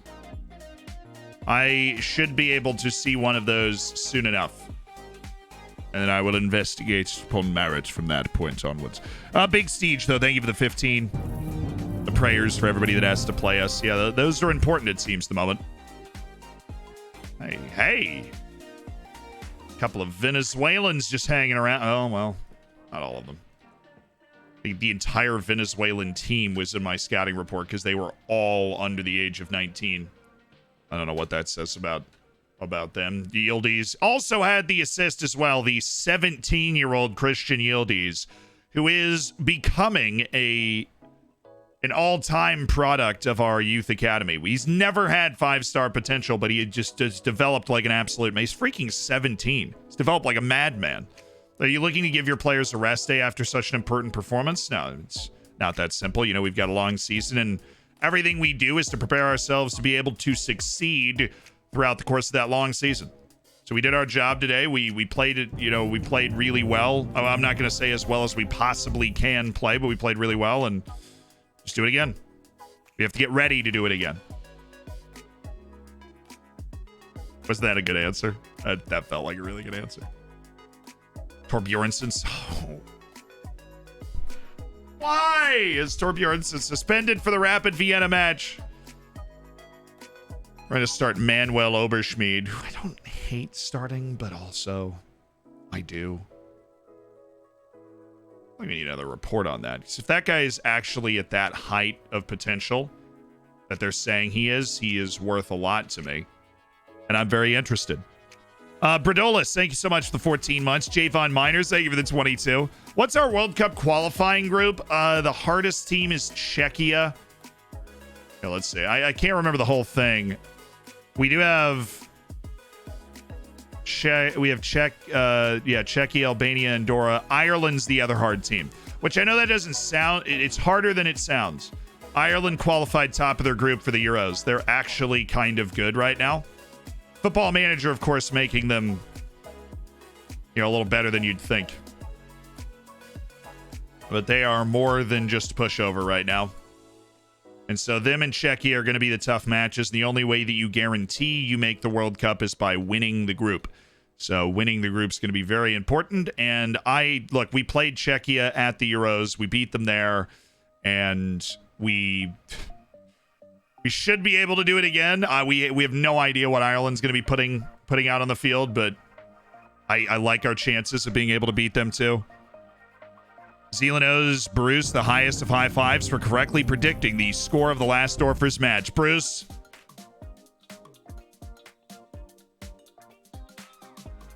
Great work. 5-0. You were saved by a late Given Marquez tap-in. Like we all knew would happen, right? The two redemptions that I was talking about earlier and is brought back to my attention. A player look up for Igor Pathau. Ooh, Castellani. There we go. Igor Pathau. I think I'm saying that right. Honestly, I don't know. Pathau. Something like that. He's on Seattle. Something like that. Okay, so he's been there for 4 years. He's not left Brazil. Oh, he did. He went to Hertha Berlin for $2.2 million in 2023 after playing 50 matches, scoring 18 goals, really breaking through. He did not play in the Bundesliga until the next season, where he made 3 appearances, scored 1 goal. Sold to Cuiabá for $2.1 million, where he played a total of 29 matches over 2 seasons, including after the relegation. Then sold to Ceará, where he was relegated after the first season, played a ton in the second division, came up and played as a rotational player in the first division again, and is now kind of waiting. So it's not really been not been anything to write home about. He did win the Brazilian second division, and they did win a state championship at Cuiabá. But that's what he's accomplished. Probably goes down as a disappointing.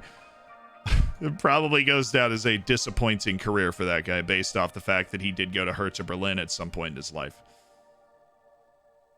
Believed that this was his moment to become a European mainstay, only to make 3 appearances over 2 years. At least he scored a goal.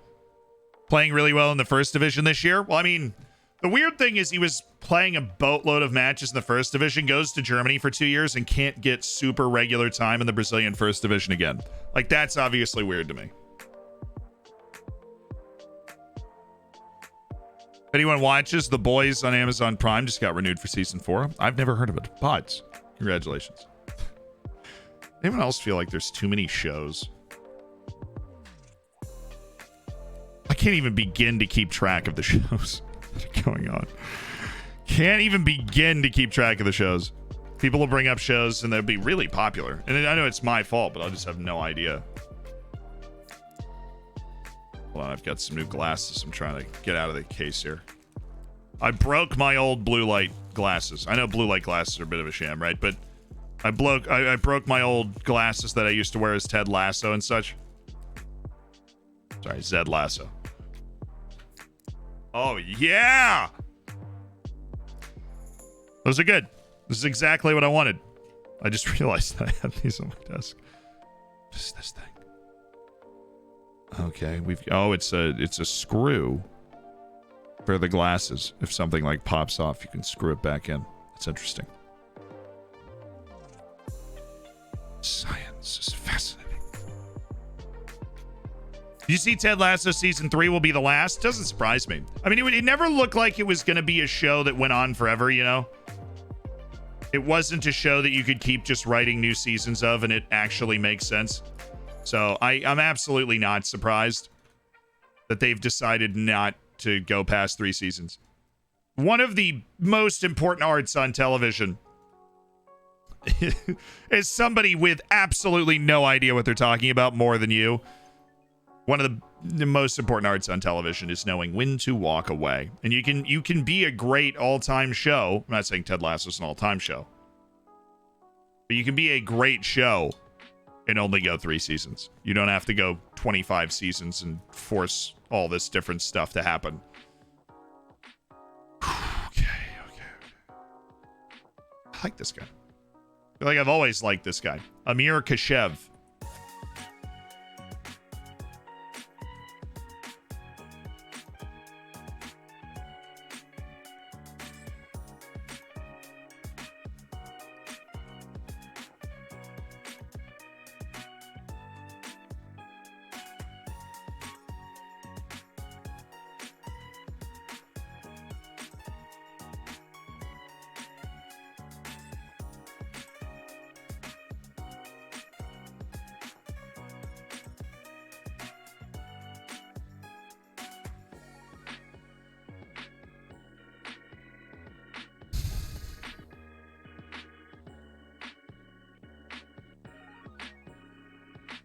The only players hurt on my team are They're freaking strikers. It's Julian Knapp, Sander Henneman, Pablo Rodriguez, and Amadou Zadi, who of course has by far the least significant injury. And what is apparently an incredibly severe groin strain for Zadi.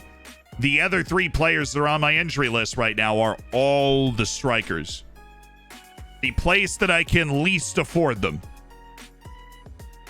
Salzburger hiring hitmen. You know what? It is still not going to work. We are still going to be too good for them. Okay. Diogo Spencer.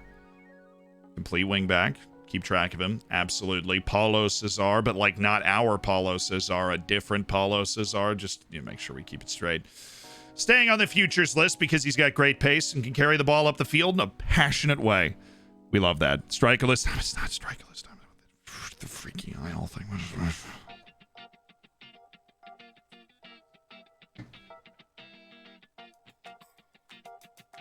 It is not time for striker list. We have proved that we can play this way successfully with no strikers. For Chicago Fire and Futy usement legend Gabriel Slonina. Yeah, I never, honestly, weirdly, we have not looked him up on Football Manager, I feel like, before. There we go.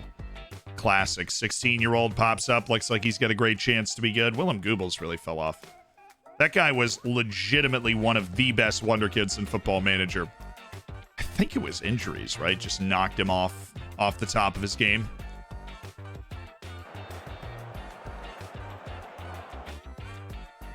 The Austria national team coaching duty. Scouting duty, I suppose. But yes, Bob. Gabby Slonina. Who won? Real Madrid knocked out West Ham. Dang. Victoria Guimaraes beat Solta Vargam on penalties. Gink won. Stade Rennais won 3-2 against Krasnodar despite a late charge. Monaco won.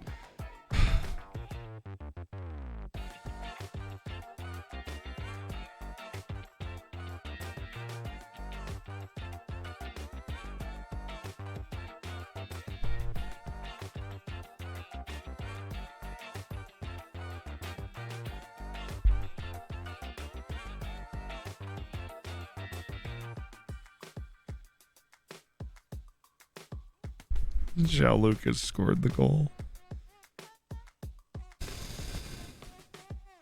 He's not available for 22 million. We haven't scouted him since he moved to Monaco, chat. We can't sign him. This is the object of all of my desire. It's João Lucas. And he chose Monaco over us. And he scored in the Europa League. And he has 2 caps for Brazil at 19. And it just makes me want to... Ajax beat FCSB 4-1 on aggregate. Dinamo Zagreb nearly came back against Zenit. They actually did, and then Zenit scored a penalty goal in the 59th minute and held on to it. Bodo Glimt got a player sent off, but survived Wolfsburg and won on penalties. So that's a team I'd probably want to play. I know they're not bad, but that's a team we would probably want to play.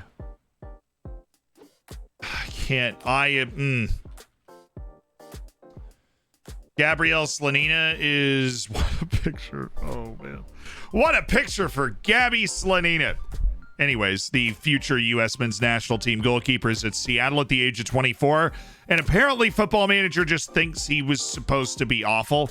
He free transferred to Seattle. He's been there his whole career. And he has played a grand total of 23 matches over the course of 8 years. So Football Manager is not feeling Slanina. He even did a loan to Tormenta FC, who are in the USL League Ones, the third division of the US, and he made one appearance for them.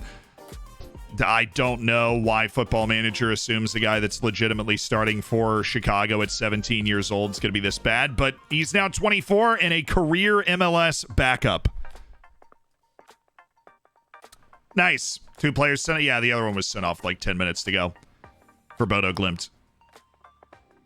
But whatever their obstacles, they overcame them, and they managed to win their tie.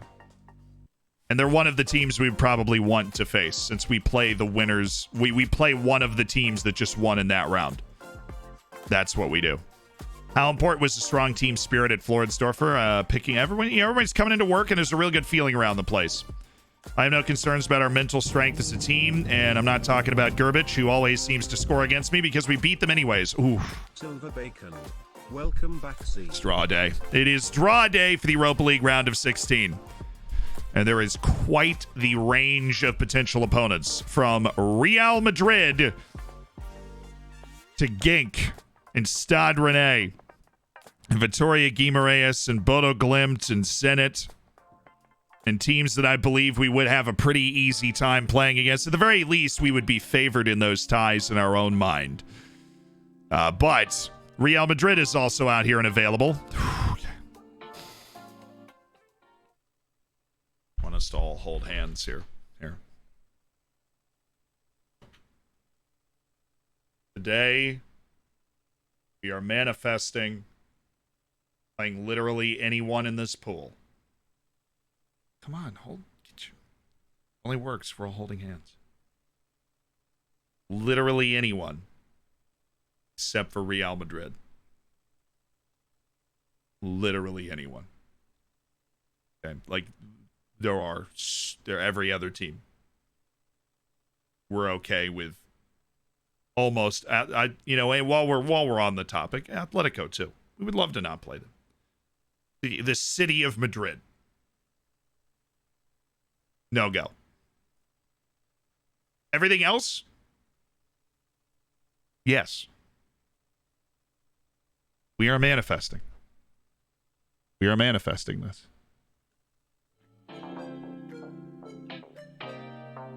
No Madrid. I know it's a beautiful city. But I'm okay. I'll go to Barcelona. I'll go to Sevilla. There's options.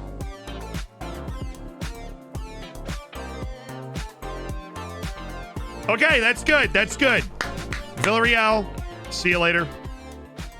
Guimarães, see you later. Last time I checked, neither of those teams were KRC Genk or Bodo Glimt. So I'll kind of be okay with that. I would definitely be okay with that.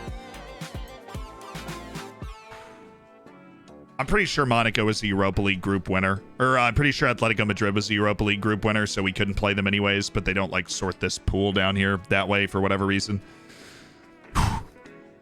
They were, because they're playing Zenit, who won. So Stade Rennais. Let's give them like Celtic. Weird. I don't know how I feel about that. I mean, we didn't get Real Madrid. So enough of you weren't cringing to help us manifest not getting Madrid. Thank you for that. But Stade Rennais is definitely not like the worst. Yeah, like they're not the worst team for sure. Real Madrid's playing Celtic, Bodo Glimt's playing Hertha, Tottenham and Monaco, Genk and Villa, Ajax and Anderlecht. But Stade Rennais is definitely not bad, right? I mean, that's middling. It's going to be tough. They're definitely going to have some talent. Oh, okay. A little team bonding then.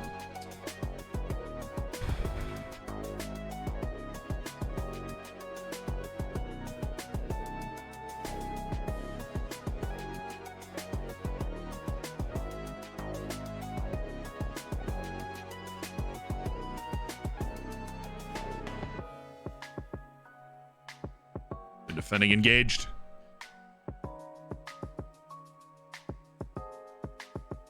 So you played them before? I don't remember playing them actually.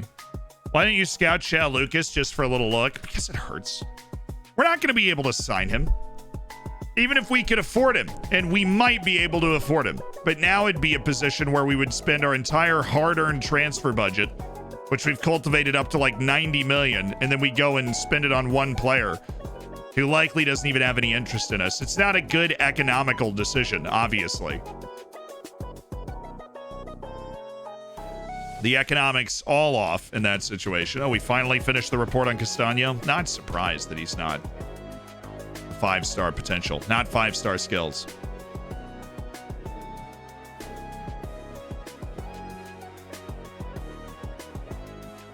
Was back in the first season of Europe. Oh, yeah. No, that was Lille. We played Lille in our first European season. Similar badge color, but I don't think we've played Stade Rennais. We played Lille. That's the center back I want. That's the center back that's going to lead us into a new era.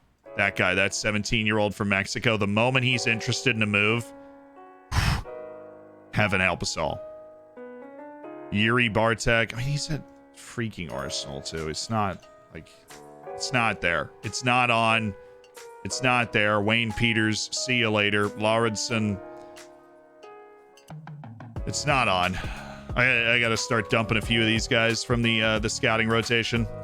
Hey, it's our second round of reports on the first wave of people from the South American youth national teams.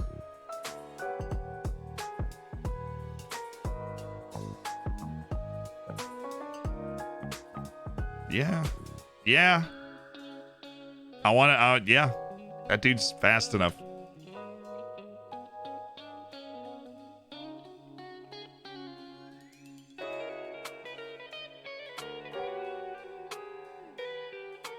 We finished a report already? Jeez. Okay. Finally, an injection of some talented youth. You could, check. No, I'm right, Isle. I promise. What do you think our first European season was?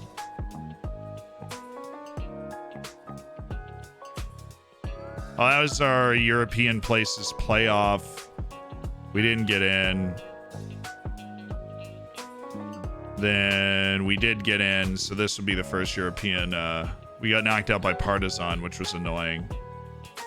We went into the Champions League, Galatasaray, then Europa League. We beat Dinamo and Red Star to get into the Europa League group, and it was Lille and Genk and Dinamo Kyiv. We're the three teams. Oh, yeah, we played them in the Champions League qualifying the next year. We lost to them. We lost 3-0 away and then drew 0-0 at home after beating Shakhtar. So they blocked us on Champions League qualifying, not in our first year, but like at some point in our lives. The match is pretty quick also. Next week, we are playing against Stade Rennais in the Europa League round of 16.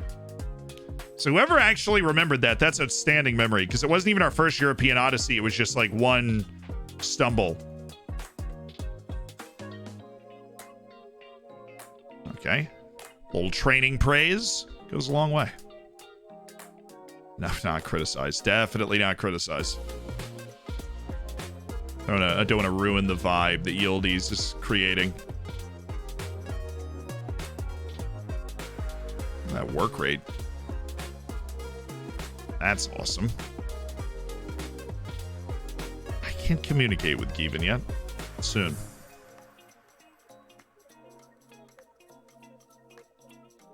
Just don't really understand that. Like the guys at the club and you can't talk to him. I mean, if it's a language thing, then I do have people that speak Portuguese on my team. Notably, one of my best players, Fernando Novaes, speaks Portuguese and could communicate that I believe Given is doing a great job in training. But, you know, who really knows? Teen, thank you so much for the Prime. Welcome to the Hammers. Enjoy the bacon. Enjoy the emotes. We have a redemption for a player rate. Also, a guy named Sergi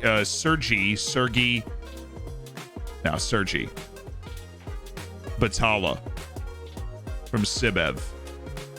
Cray, thank you for the gifted sub. Thank you for adding to the Hammers, going out and making somebody's day. You got a great Discord community going. Your mods are really helpful, so give them a raise. Smile. Thank you for subscribing. Thank you for the 3 months, Cray, so that we can eventually pay everybody that is a moderator for the channel. A goal in the near future. Xeon, thank you so much for the Prime. Welcome back. Thank you for the 2 months. And we are well over like $100, $200 Jeff Bezos money that's been spent today, and that's all you. You need a big rotation for the rapid Vietnam. No, we got 5 days. We're fine. We're okay. We'll be able to get like full recovery. The issue is going to be the match after Stade Rennais, but it's at home against the worst team in the league. So that is where we would want to rotate. We do have a little forced rotation because of that Torbjornsson suspension and Julian Knapp being also injured, which is just adding to this like hilarious pile of players that are out. Look at that midfield. That's just unfair. And we do actually have a space to have a backup goalkeeper. So if my goalkeeper is ever going to get hurt in a match, this is the time for them to prove to me that it is possible for a goalkeeper to get hurt. Madhouse is right-footed. Don't know my own national team pool. They're both cutting in. But I'm always worried about Vessel Dimiku instead. This is actually the team with a lot of the best Austrian players in the world on it. The one that we are about to play against. Almost everybody in this starting lineup is in the Austrian national team pool, it feels like.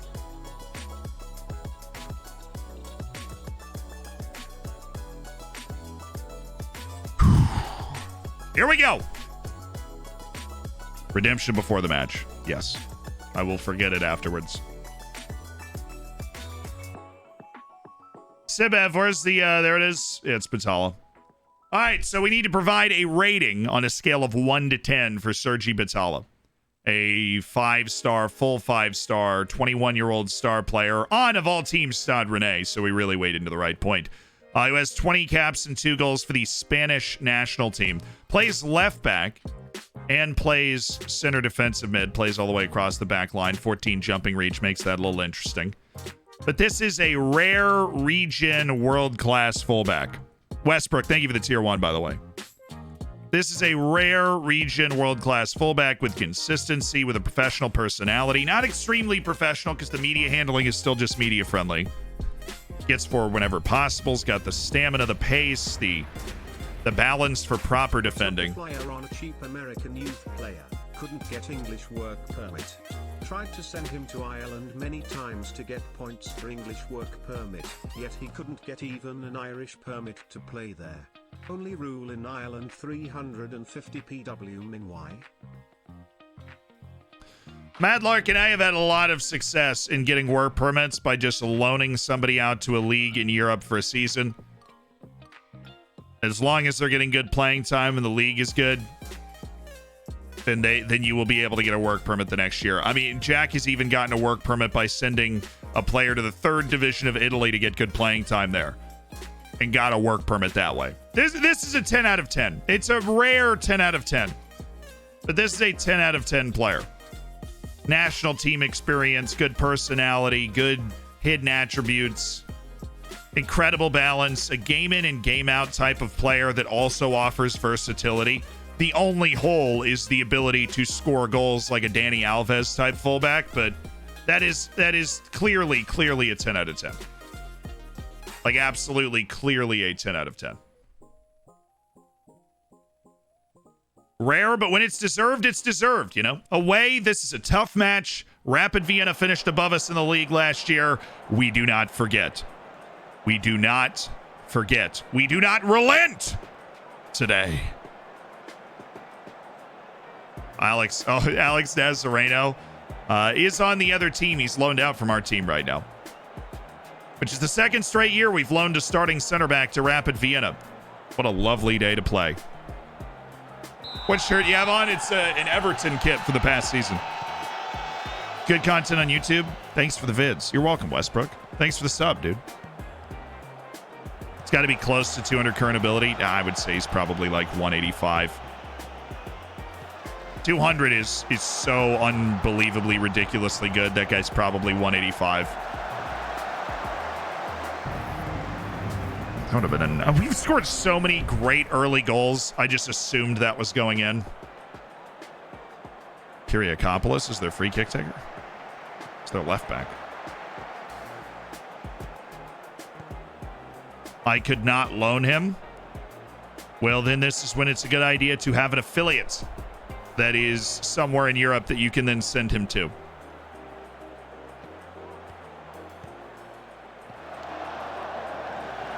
Especially if you're in England, you need one or two of those affiliates, and like Switzerland, where you can send players off to.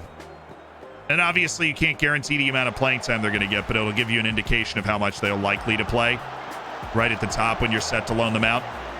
So, Madlark, and that would be your only bet. And of course, the player has to accept the loan move, so you want the team you're loaning them out to be a reputable team. As reputable as you can get, anyways. Perez, Kevin Marquez, got to slip a ball, and it's Garzone! The kick is good. Matt, thank you for the 3 months. If you lose Zapata, it's probably going to go to a nightclub. Hey, Zapata's nightclub days are behind him. He's almost satisfied with his playing time for the first time in eons. He became dissatisfied with his playing time and then decided to go to the club just a little bit. Oh no. Oh, away! Why did we leave that block so late? Not Advari.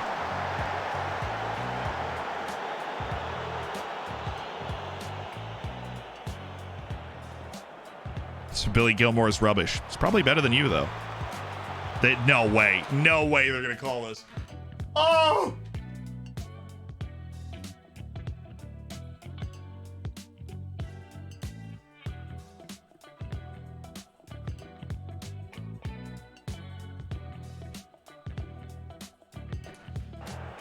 Not in a tight match like this in the snow. You got to let the boys play in the snow. It's old school. It's elbows and shirt grabbing and tackling people. And we're calling it tiki-taka foul. Yeah, just like... Yes! I always knew he was going to save it!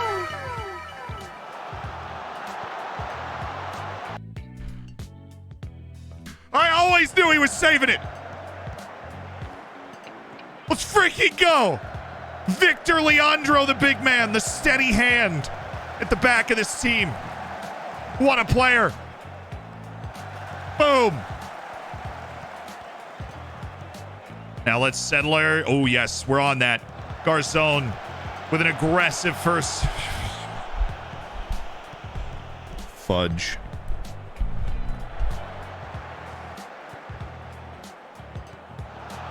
Good defense. Cycling back in towards the middle. Urchinkara dropping in. We're with Kyriakopoulos. Urchinkara with a header from there, which is fine. Victor Leandro.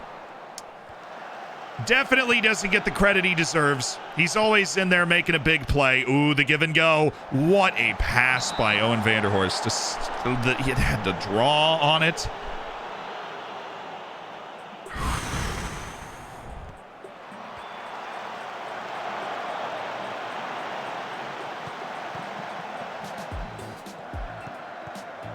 There you go. There you go. There you go. Axel he doesn't have goal scoring instincts as a striker. His movement's actually been pretty good from the advanced forward spot, but he needs to take the shots on earlier. Was that actually a glancing header? That's wild. We are still unbeaten in the league, yes. But this is one of the toughest matches we can play, away to one of the big four. The Vienna derby against Rapid Vienna in the snow on the end of a couple of consecutive road matches. Aliu. Oh, it's there again!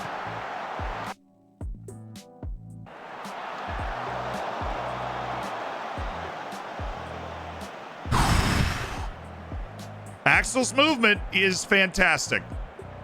We have not hit the target with a freaking shot today, but Axel is a thorn in their side. Huge thorn in their side. Get in. Another massive goalkeeper mistake, just for giggles. Nice header, nice header. Yes, middle Oberschmied. Not advar. Oh, yes. Oh, Vanderhorst in the pocket. We needed one more. We needed a first. It's just not. It's overly optimistic. That's not it. Ain't it, Chief? It's not it. Okay.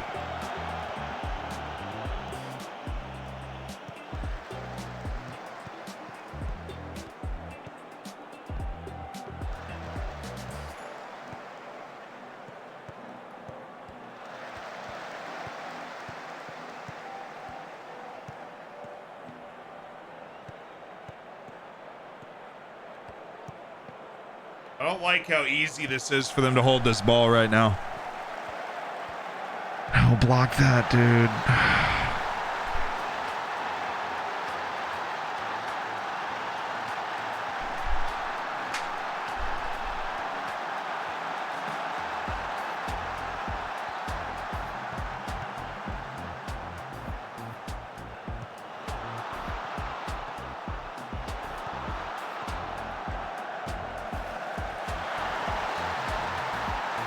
I cannot wait for him to get too old to be good anymore.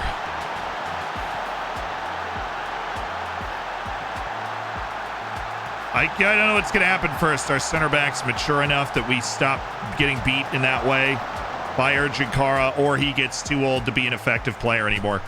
Because his tries, first-time shots with his physical ability to get into that space and like, it is a problem. It has always been a problem, and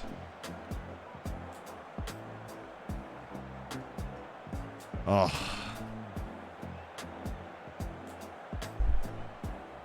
Come on!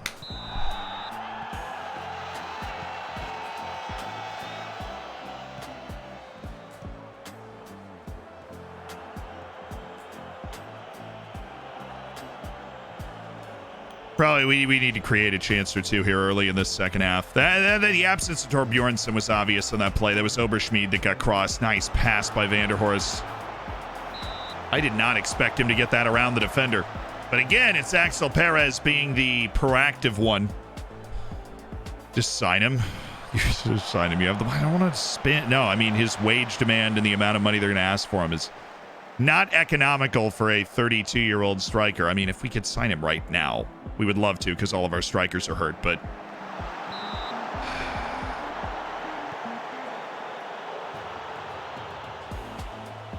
this is the time for Novaish. Service was terrible.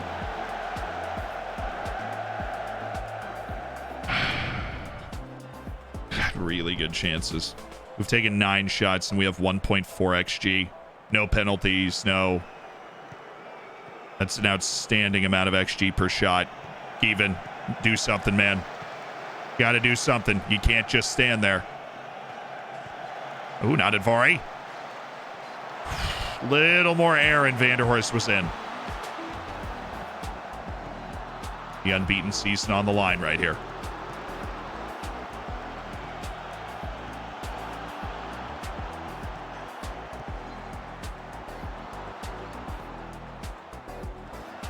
Nice. Oh, yes. Yes.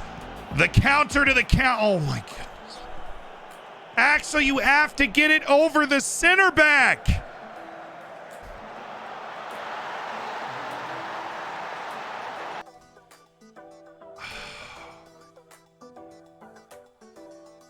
We're just getting beat. We're just getting beat up and down the field. It's a free-flowing game. We're just getting beat up and down the field.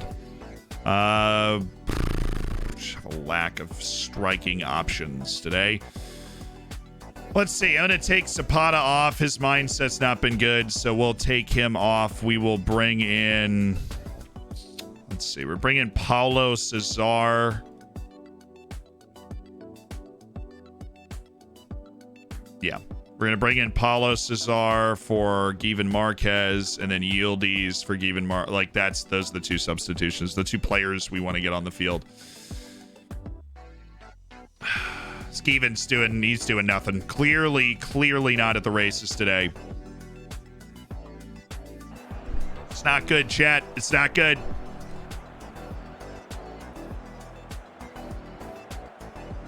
We've had our chances. We're just getting beat in the important moments here. This is asleep defending on both sides of the field. I mean, I couldn't even tell you what Linus Volkvist is doing here. There's far too much space in the middle of the field. The back line is completely out of sorts, kind of keep track of where they are. And even though we've saved a penalty from them, the XG battle still looks like something that we should basically be winning. It's wild. Okay. Let's bring our lineup.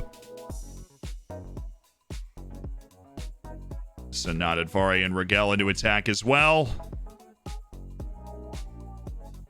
And that's our offensive shift. We need something. We need something. Unbeaten seasons will receive tests like this. Good pass.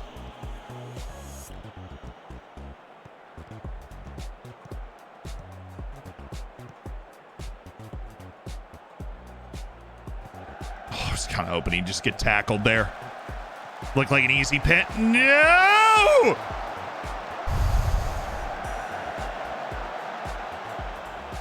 Don't make that the highlight. Give me something else. Yes, I like that.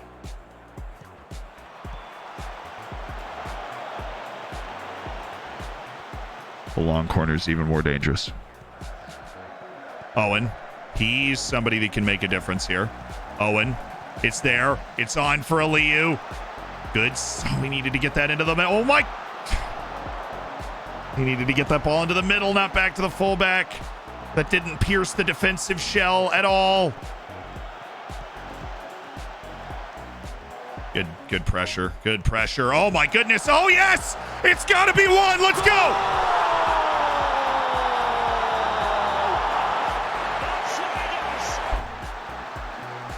Had to be one. Let's go. It had to be one. One more. I mean, two more, ideally, but at least one to keep the unbeaten season alive and keep our point advantage intact. One more. We can go get another goal here. Great takeaway by Aliyu. Perez just had to put it away, and he did.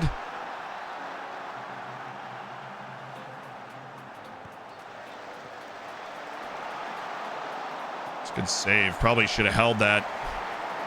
We're lucky that fell to Alex Nazareno, who is a center back. He's our player, actually, who's on loan there. Come on. Come on. Come on. Oh, come on. Oh, come on now. Come on. Come on. Come on.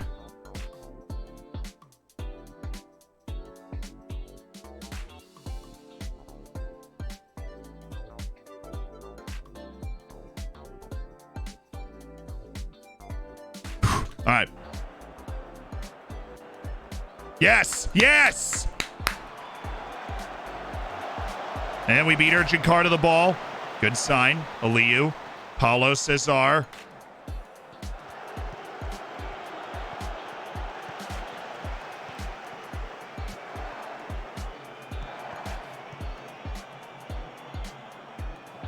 is Nadadvari doing, dude? Like, what? Like, watch this play. What is Nadadvari doing? What? This is my left back. Dude, what are you...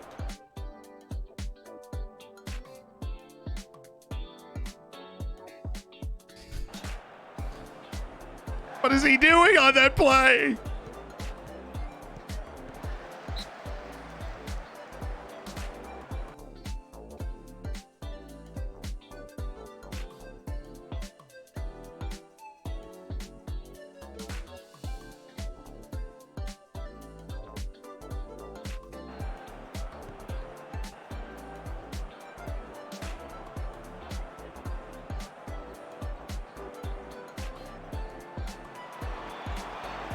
Nice. Good header. We already have a running mate up there, but Perez is just not done well with it. We've got to keep pressuring. Got to keep pressuring. Force the long ball. Now win the long ball. So bad. Thank you. Somebody. Cesar. What are we doing? What are we doing with that pass, Paulo? What in heaven's name are we doing with that pass? Okay? Are you serious? Are you blind? Like, what is that pass?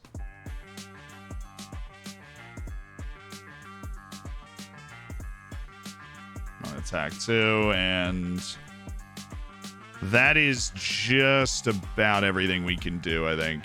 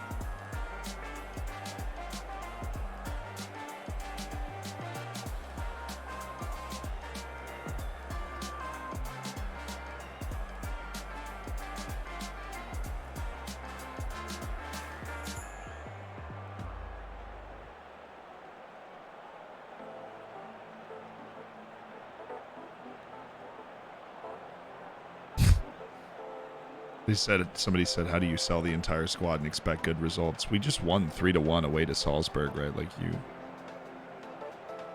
you here for that part? They had a penalty, an annoying penalty that we saved, and we still out XG'd them.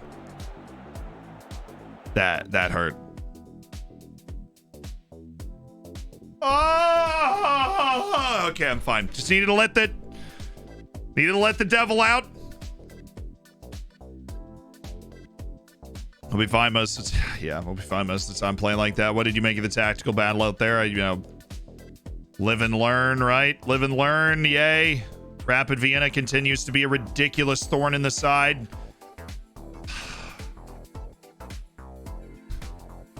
Three of my top 4 strikers are also injured at the moment. So, I mean, we are shorthanded in many ways, I think, at this particular moment in time. No in ways that we won't be in the future. Just wondering how our wonderful daughter Cara Klebinho is doing. I miss her so much. Cara Klebinho. Well, Gavin, thank you for the tier 3. I really appreciate it. And if updates to the daughter, I don't know. You have a Twitch child, and then it's so easy to lose track of them after that. Yeah, so the unbeaten run of whatever it was, 30 games, our first competitive loss of the season, including the Cup and the Europa League, right there away to Rapid Vienna, so. Dang it! We were right there. That is painful. And again, it's Urchin Kara who causes the problems for us. We've just never found a way to play him well. Ay, ay, ay, ay, ay, ay, ay, ay, ay, ay, ay, ay, ay.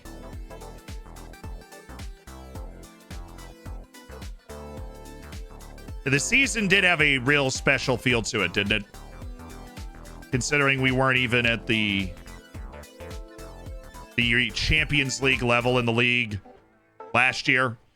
And now this year we show up and we take off. We're like winning every game. And we've still won all but 3 games in the league this season. But now we have away to Stade Rennais. We continue our run of away matches here. And let's just check out Sabitzer, Schubert, Valentino, Lazaro.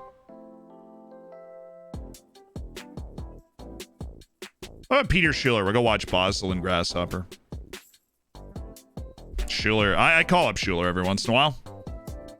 I'll make him feel involved. Someone wrote out 1 bacon, but at what cost? Somebody vote. I suppose somebody voted for a loss there. I got kicked out of Weight Watchers for being rude and obnoxious. I accepted the punishment with huge grace, because she got kicked out as well. I'm here all week, well 18 months anyway. See, I don't know about that. I don't know about the joke, but thank you for the 18 months. Thank you for being here for the 18 months. Thank you for being a part of the Hammers. I really appreciate it. And I look forward to more excellently terrible dad jokes in the future. I haven't seen the Clabinho copy pasta in a while. I haven't felt this in years. So Enriquez still has no interest. Dang. Here I was thinking we had a real chance. Something special, Kevin.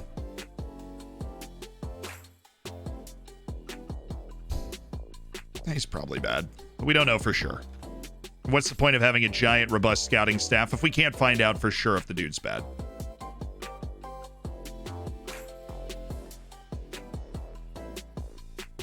There are enough of these guys, I think, from the South American contingent that are going to end up being good. Make all this pain worth it. It's not that bad. We're having the best season in club history right now. We're still on for the treble. We're 12 points clear in the league, which at league split turns into 6 points.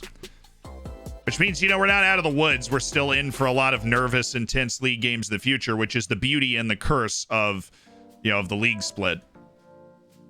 Junior Firpo, the lad from the Dominican Republic. We go ahead and just run him through the scouting ringer again. See his relativity to the rest of the team now. Chin up, King. Your crown's falling. Syria, thank you so much. Thank you for the 2 months. Welcome back to the Hammers. Shaker Matt, thank you for the 3 months as well. Appreciate everybody that's got the bacon. The emotes. Of course, we just did a save your save in the Discord as well, so make sure you have that if you're not in the subsection of the Discord. If you're not in the Discord in general, you should probably just do that. It is a good time. Largest football manager Discord in the world, actually. And it was made because somebody made fun of me because I didn't have a Discord. So look at me now! Like all great superhero origin stories.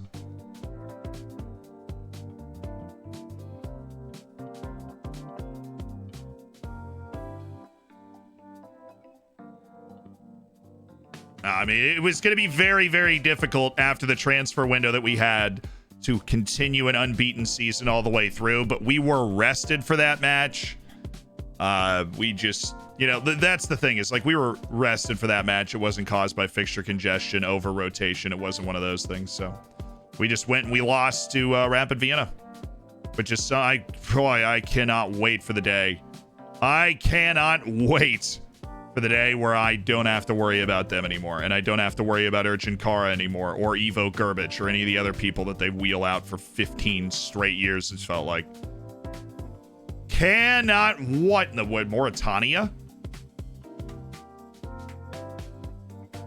I have never seen a player from Mauritania before.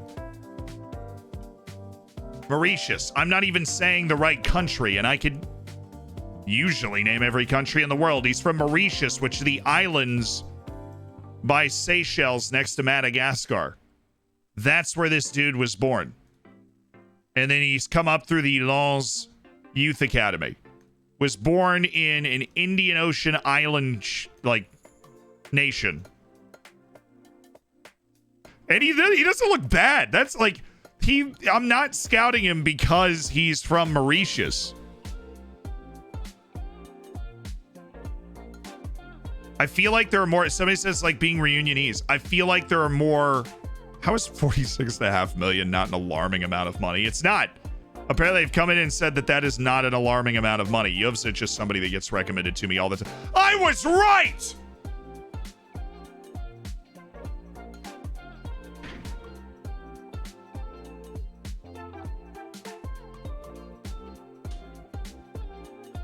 What's up? I was right! Yeah, he didn't have 5-star potential. I was right. We almost signed this guy.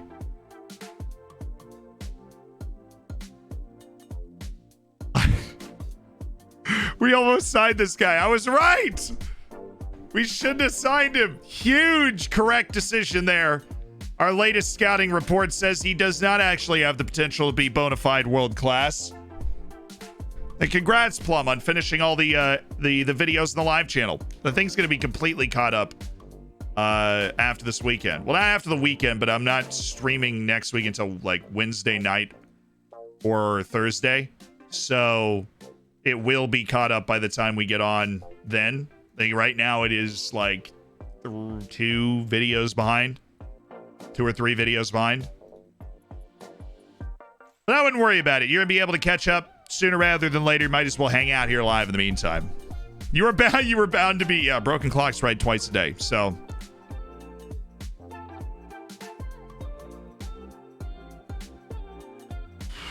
I've done all right. This Europa League press conference is going to be more than 2 questions, unfortunately. Take it one game at a time. Away match first does help sometimes. They were impressive in their last victory.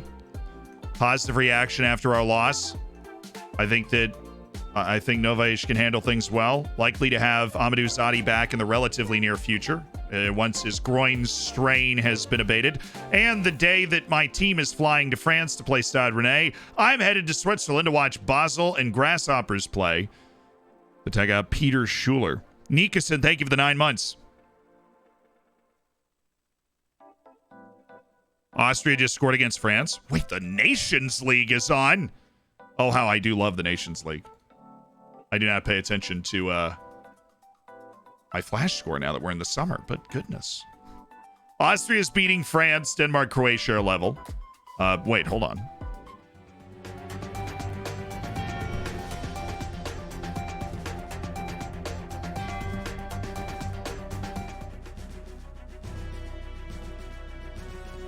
Welcome to Zealand News. I'm your host, Zealand, on the Zealand News Network. It's Nations League time, my favorite international competition, basically.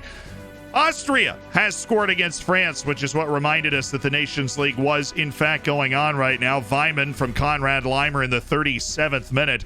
And that's an interesting goal because it might just put France at a slight disadvantage in their group, because you have to win the group in order to go to the playoff, and right now that goal actually puts France at the bottom of the group. Now, it wouldn't be hilarious to watch France go down to Nations League B. It would be incredibly hilarious to watch France go down to Nations League B, and that's what we might see. As right now, Denmark, Croatia are level at 0, which means France would be on 1 point. I need to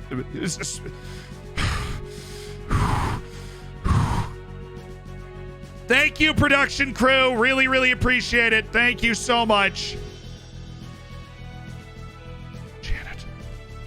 Janet! Anyways, Janet fixed our TV presentation. As you can see in the group here, Denmark, Austria, Croatia, and then France all the way down at the bottom. Wouldn't that be something? It would. In fact, it would in fact be something. Russia against ISIS has been canceled because, Russia, and Albania and Israel currently at 0 in Nations League C. Kazakhstan is actually winning a match. They're up 1-0 against Belarus, and Andorra and Liechtenstein in a 0-0 duel in Nations League D. Remember, early next week, the last 2 World Cup qualifying playoffs are going on as well, but that's all for now. We apologize for Janet's mishaps with the production. I'm Zealand, and the Zealand News Network and the Zealand News Channel is part of the Zealand News Archives and the Zealand Channel Corporation. which owns all 17 iterations of Zealand channels, as well as Nickelodeon. Thank you. So, Austria might just push France into a nervous position going into the last couple of matches in the Nations League. I've honestly... My favorite thing about the Nations League is going to be watching teams like England, just for whatever reason, have a bad couple of games and get bounced down to Nations League B and legitimately play against, you know, like Cyprus in Nations League B or something. On the same level. Like, based off promotion and relegation, actually being on the same level, the same competitive level. Earning their way to that spot. Road, thank you for the prime. Welcome to the Hammers. Enjoy the bacon. Enjoy the emotes.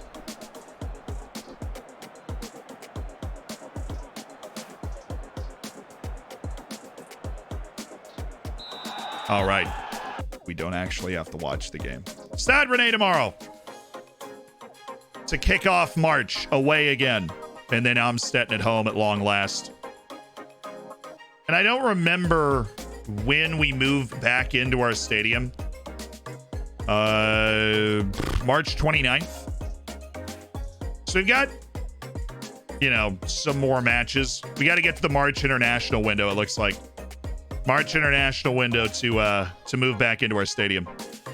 Because, of course, a year after finishing building the Carl Yzda, we've added 10,000 seats to go from 18 plus to 28,000 plus.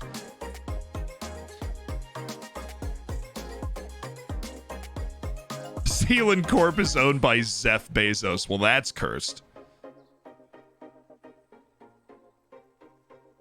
I swear if we have to play Luxembourg in the second tier. Oh, no, it's going to be like the Faroe Islands or something in the second tier. And France is going to be playing the Faroe Islands. And you're just sitting there, we're like, well, both these teams, you earn the right to be here. We are rich. We have 92 million in the bank. All right.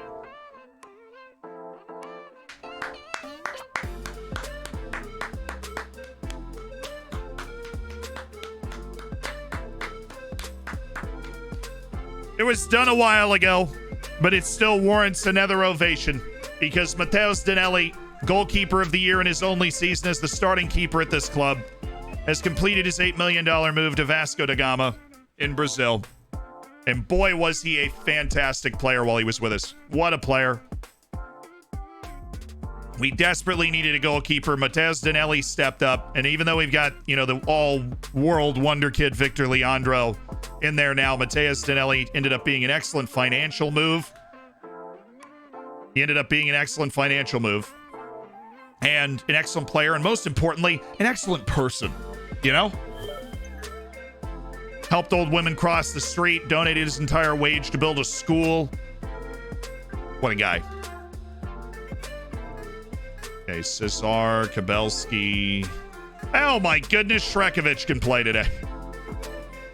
Shrekovich can play. My boy Shrekovich can play in the game today. So, the starting lineup's going to be Vanderhorst, Garzona, Liu, Axel Perez, and Given Marquez.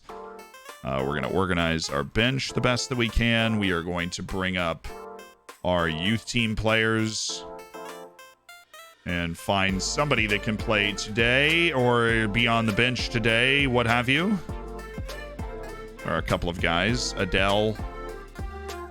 Spelling people. You have Josip Nikolic, who actually, he's fast. Maybe he makes sense as somebody you can throw in. Just looking for the one person that's going to be able to come in off the bench and like actually make an impact, and I think it's Nikolic. Because at least he is fast. He has usable, workable speed, Josip Nikolic, and so we'll call him up to the team for this. Because with all of our injuries, we legitimately do not have enough people to fill out our entire bench of first-team players without throwing another goalkeeper in there. Leandro, Valkvist, Novaish, Torbjornsson, Nadadvari, Zapata, Garzon, Vanderhorst, Aliu, Perez, Given Marquez. Yes. Yes. And we're going to play the way that we play. I've got confidence that our quality is. I mean, clearly, when you look at the talent level of that guy and you look at the talent level of the players on our team, we match up well against Stade Rennais. We match up well against Stade Rennais.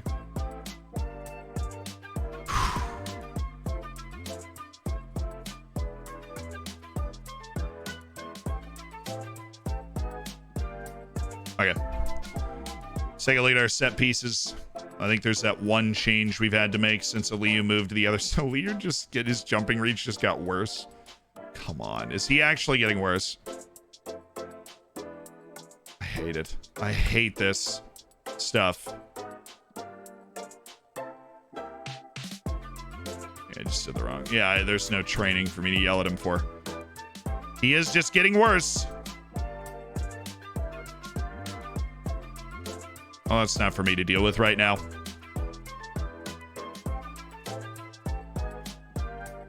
Indicative of a larger mystery in Football Manager as to why those players just happen to randomly get worse without a significant explanation from the game. All right, Srekovic, who we loaned in and forgot to register for the league. At least he is available for European matches, and he will be available for cup matches as well. Magster, thank you for the 8 months. What's up? Hi Zia. Great to come back and see the Dorfers getting on. The takeover did happen. It was just another member on the board bought out the club. No significant changes at the club that we were made aware of. Maybe they'll happen later, but they haven't happened yet. Yeah, the Dorfers are getting good, Magstar. They are. SRW, thank you for the 2 months. Welcome back. Appreciate the prime. But we did lose to Rapid Vienna, our first loss of the competitive season here in February. I can't remember the months. Play without pressure. Definitely with a young team, I'm going to relieve the pressure. In the away match, Europa League round of 16, but we have the talent to really control this game.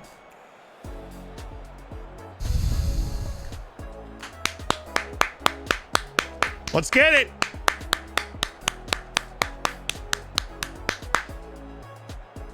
A big moment for the club. A round of 16 match in the Europa League. And a big moment to bounce back for us after that disappointment.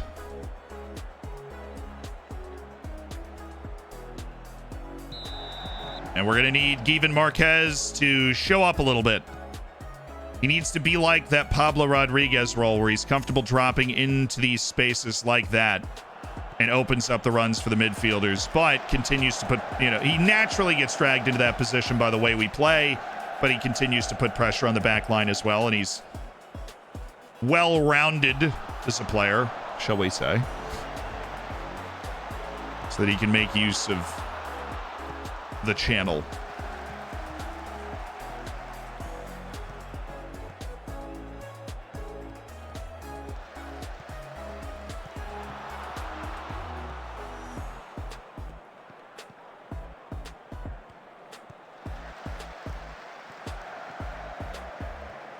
Come on. I don't like this. Our midfield, we're not marking up on the right people. Not Advari's not giving the midfielder an opportunity to pick up. He was off. Good. Good defensive discipline there.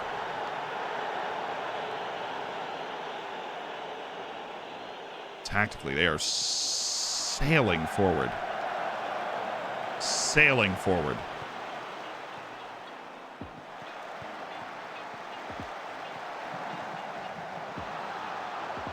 Need to mark up on Onana. I'm not giving him that again. I'm not giving them that one again. In England, you would be called Zedland.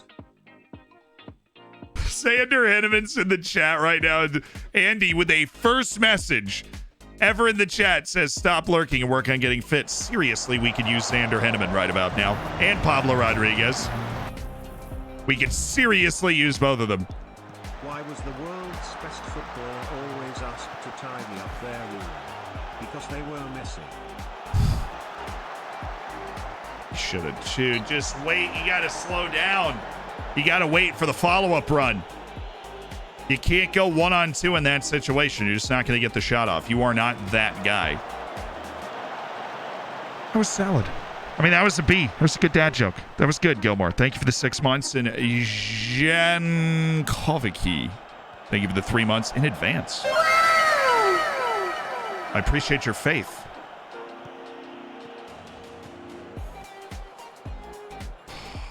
Oh, that was a good pass. It was a good pass. Given wasn't ready for it. Zapata trying to be progressive with the ball. Vanderhorst turned down the chance to be progressive. This feels like we're gonna get to this. It feels like we're gonna nick it. There it is. Right in front of you. Turn. Beautiful. Into the channel. Oh, yeah, Given. He needs to get his confidence. And that isn't a joke. Remember that it's called Cantona, not Canottona. A bad header. I don't know what you're referring to, Danish, but thank you for the 6 and congrats on the silver. Any transfer moves made this stream? We completed the sale of Kim Yun-kyu to Zenit. But other than that, no. I mean, we were out of the transfer window. That was just an opening in their window for them to be able to make that move. Oh, Axel. No! No! Take that touch towards Given. It's just so frustrating when you have your 8th choice forward line out there. They're just not really in sync. Given doesn't even speak the language. Axel's a midfielder playing striker. They don't have that Monte Ballas and Paul Rusu tendency to run to the corners with the ball that is so nice. That's a heck of a pass from Zapata. Given, yes. I mean, that's a lot better. That is aggressive. That's attacking space. Silky first touch on that ball that was driven to him. Like, that's good. That's what we want from him. Zapata. It's tough pass. Owen. Linus Volkvist making the run. Oh, he's got Given! Yes! Yes, he's on, right?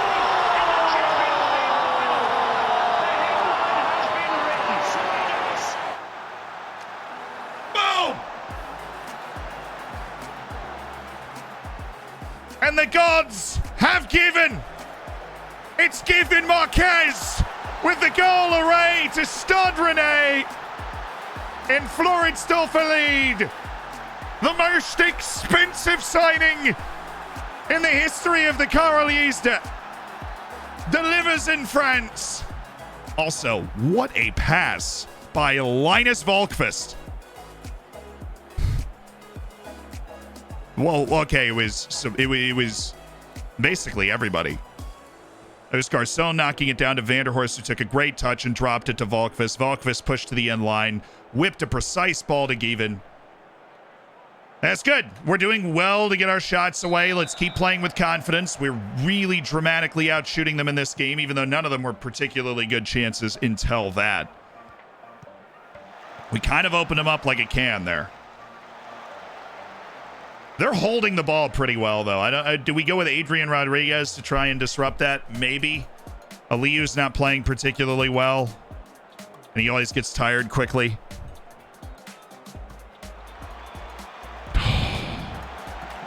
The life of Ulrich Torbjornsson. Does he need glasses? Like, he misses a ball every game in the air. I gotta look at his attributes and figure out what is causing that. Because he's such a sound player most of the time, and then there's just that one play where he just... Oh, nice from Axel. Now to Dvari. Probably wide, right? I'm on extended highlights. I always play on extended. Comprehensive's too long, but key doesn't give you enough picture of the game. That's how I feel about it. We'll go on to key if we're like blowing somebody out. But in a match like, I mean, this is Europa League round of 16. This is what it's all about. I am going to take Axel out for Vladimir Sretskovich because we know he's good, and I'm going to bring in Adrian Rodriguez. He does a decent job with the ball, but also he cleans people out with his tackling. We don't have anybody else in our team that does it like that. And Aliu's not been good today anyways, so I might as well just bolster the defense. Oh, Vanderhorst! Never had a chance once he decided to go back to his left.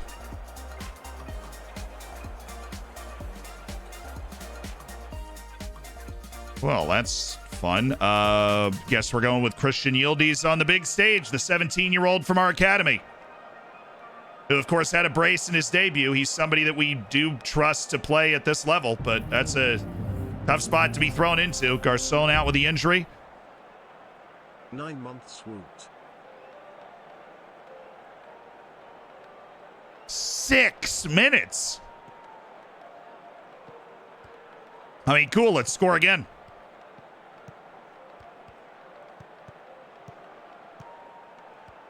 It's been a very tidy game for us. Let's just score again. Oh, it's Adrian. That's the guy that can take the ball away. And that's really good from Zapata. And then it was really bad from Zapata. And then it was really good from Ulrich, doing his good things again.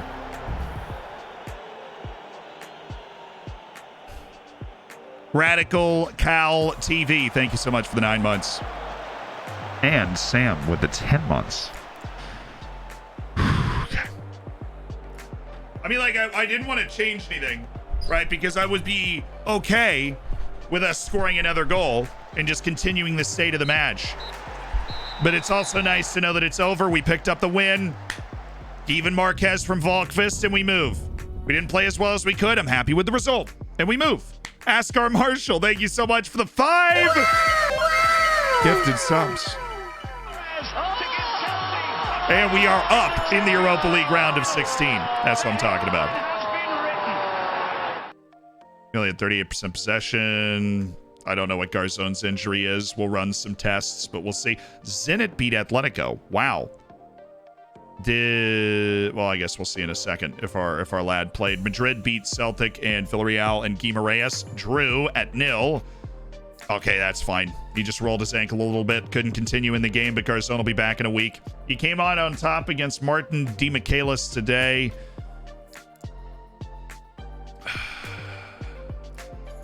I'd rather move on to a different subject. Don't know how to answer that. Novaes is a joy to watch when he plays that way. Yeah, he was clean. He's a very clean player at center back. Joe Peterson's playing well on loan. Pleased to see him playing well. Stability is important. Oh, short press conference today. Interesting. Don't really care about us when we win. I see how it is. Though Kim can't be in the team. At least as I understand it, Kim Yoon-kyun was signed too late to be registered. And I am right. But John Stones is on Zenit. And that just feels like something that I should point out. That's interesting. He will likely Garzon's going to miss the second match. Well, I mean, what, a week away? He totally could be on the bench with like a 45-minute playing time allowance. All right, let's take a look at our fitness. Sultan Nadadvari, definitely a good time to use Igor Shodin. But I think it is time to rest. No. Recall, this is a chance to get Manuel Oberschmidt out there with Ulrich Torbjornsson, which feels like a little bit of a potential disaster, but it's probably okay. Aliu out for Paulo Cesar. Given Marquez out for, well, I have no strikers. We'll just take Garzon out and play Adrian Rodriguez with Zapata in front of him, and there are people that need to be rested in order for us to get a decent team onto the field, so we will do that. And even Marquez going to get a day as well, and we should be good. I'm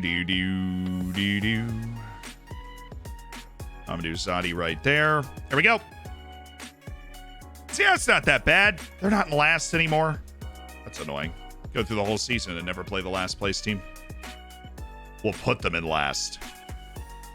Freaking talking about.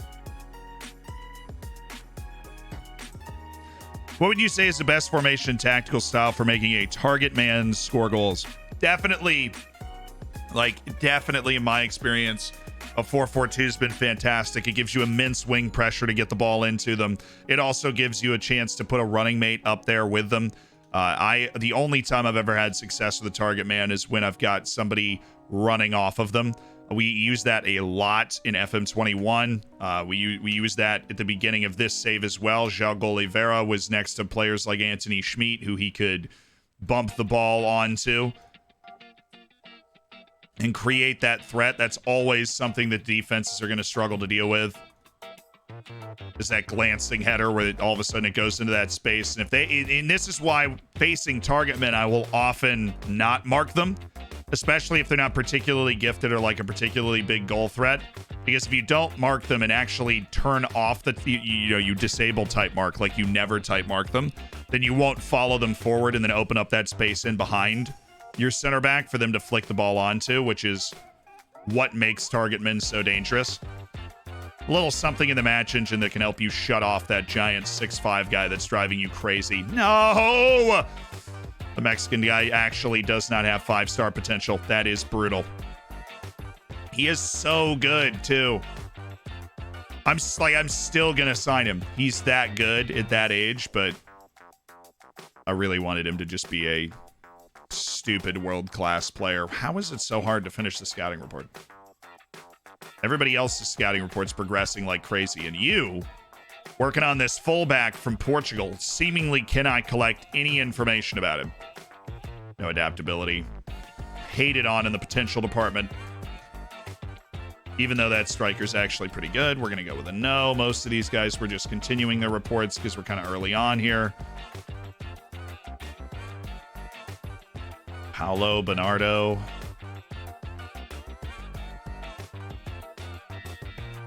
It's good.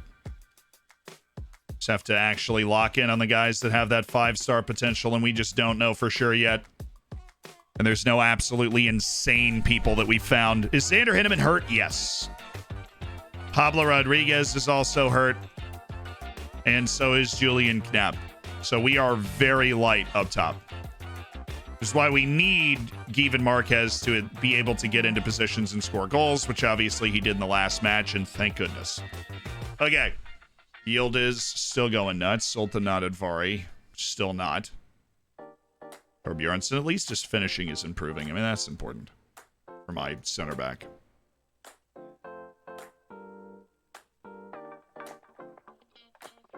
He even started improving from the moment he touched the ground here in Austria, which hopefully he's able to hold.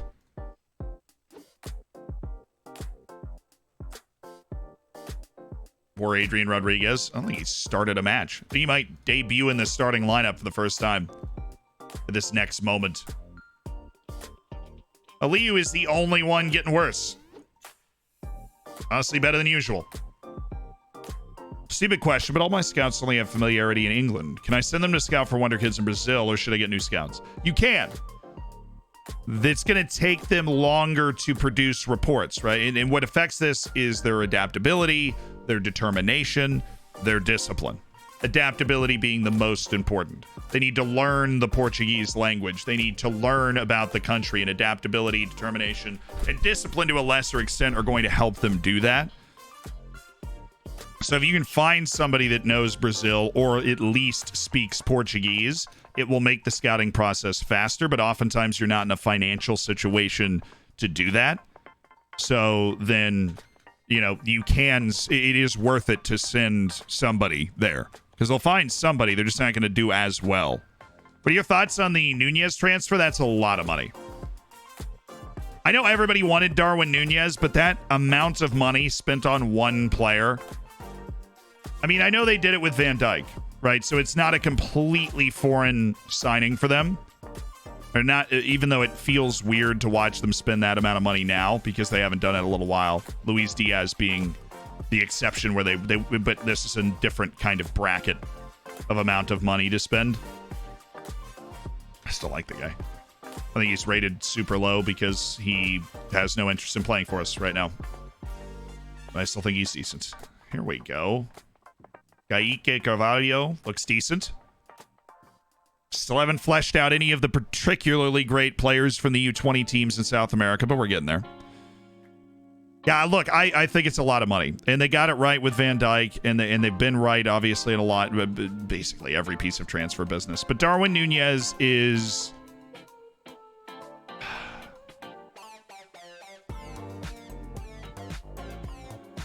Hold that thought.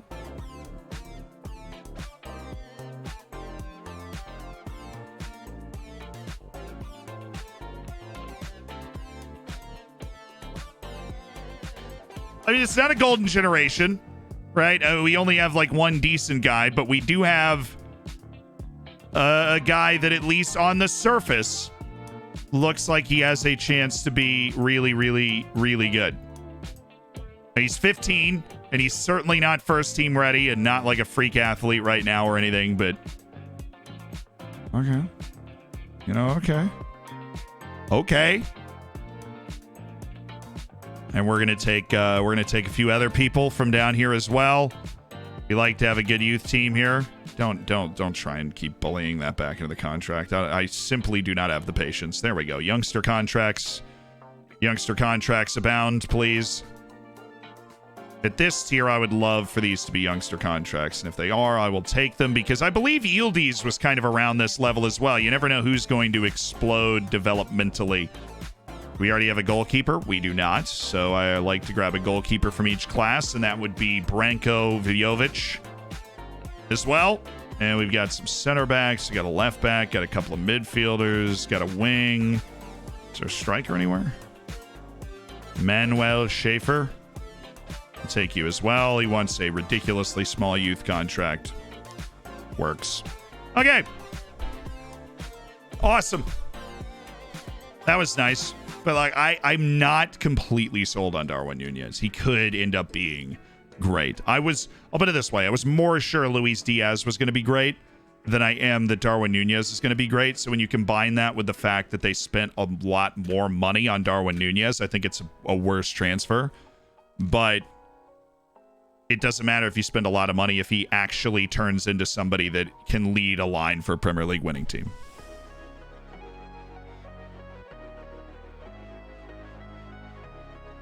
The best striker in your youth team, probably Josip Nikolic. That's why he was on the bench for the last European match.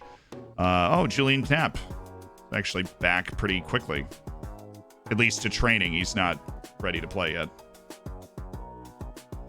Volkvist apparently not well, we don't have Rogel, do we? Why would we have Zan Rogel? That would make way too much sense.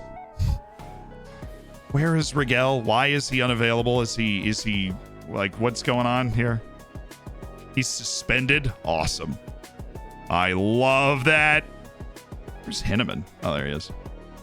3 to 6 weeks for Xander Henneman. Very long road back. Okay. Nadvari, super duper not cleared. And Given Marquez, super duper not cleared. All right. Paulo Cesar, Owen Vanderhorst, Adrian Rodriguez, Hector Helman Zapata, Volkvist, Oberschmidt, Bjornsson, Schoden, Leandro, Given Marquez, and Axel Perez, who's basically become a regular full-time striker given the absence of 3 first-team strikers due to injury at the moment. All significant injury, all expected to be back and capable of playing at around the same time, within 1 or 2 weeks of each other. So we will have a complete rewriting of our team selection at that point. Okay. And set pieces for we need to bounce back with a win here in the league.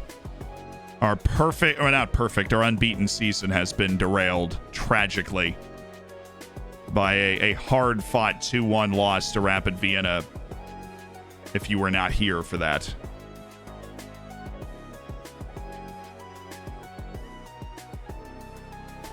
Okay. Little rotated, but we're finally at home. We're at the Ernst Appel Stadion. We're the favorites. I want us to play like it. Absolutely. Absolutely. The weather is apparently awful. Guess what? It's the Alps in March. I'm not surprised. A good last 2 years of Lewandowski, maybe? Oh, and talking about Liverpool. Nunez is definitely going to be great. Well, here's the thing. You got to think about it this way. And this is the reason teams spend this amount of money. If Nunez does end up being great, I'm talking like better than Diogo Jota, right? Like a full-time first-team member of that front 3, he's absolutely worth $100 million. Absolutely worth it. They wouldn't spend that amount of money if they didn't believe that was what they were getting. I don't know if he can be that yet. Like everybody in the world knew Luis Diaz was an excellent signing when that happened, and this is just not the same. Like I said, I'm less sure about him than Luis Diaz, and they spent a lot more money on him. So, great work by Benfica to get that amount of money. But he is worth $100 million if he turns into a great player. If he turns into a good player, somewhere between Divock Origi and Diogo Jota, then you can argue more about whether it was worth it or not. Zapata has finished clubbing now, yes.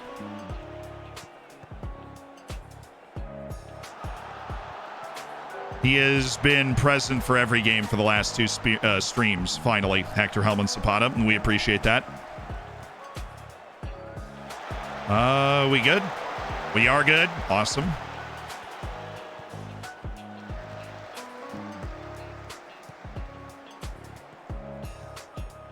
Linus. Adrian. Oh, he's in. Given.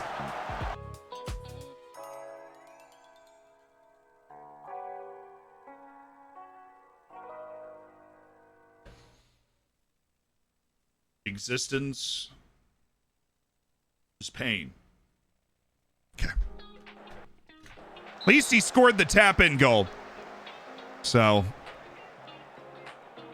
we do have that going for us. Cesar. Solid.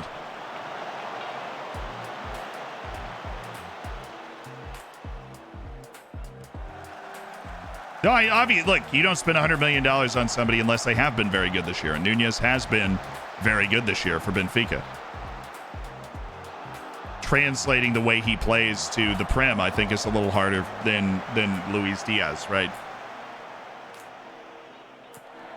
But he always, he does have composure and confidence in his game, so he'll be confident, I'm sure, that he can transition his game to the Prem. What do you think of Austria beating France right now? Hilarious. We looked at it, and if the result holds in both matches, then France is bottom of the group halfway through, which is, like I said, oh, it's awesome. Celtic completed the signing of Cameron Carter-Vickers today. Great news. KZ. Hey, what's up, Night Grizzly? Thank you for the 6 months. And CCV in the U.S. national team call-up. So clearly his form at Celtic's not gone unnoticed.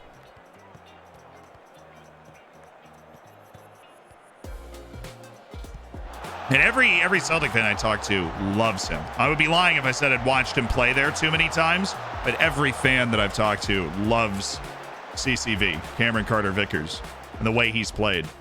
So it's good. It's great when a player that you know has some solid amount of talent, like, finds their niche, their home. Oh, I mean, ref. If I did that to somebody in a grocery store parking lot, I'd be serving 20 to life. Okay.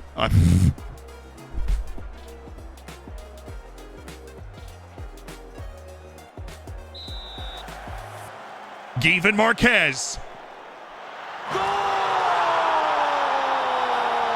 It's affirmative. Florensdorfer lead confirmed by the Brazilian teenager, Given Marquez. A searing shot from the penalty spot. Pure power. Imagine if the U.S. lose to Grenada. Look, I'm just proud. I'm proud of Grenada for making it to Nations League A and CONCACAF. But the United States has to beat Grenada in Nations League. That is there is no other option, or the universe breaks, I think. Given's going to be that guy. Look, he's got the potential to be a world star. And he does have 3 goals. Now, none of them have been like game breakers, a couple of tap-ins and a penalty, but his job's to score goals, and he is doing that at a really solid clip early in his career. Igor. Oh. I don't know why that was ever getting through, but that was nice. Evening Square.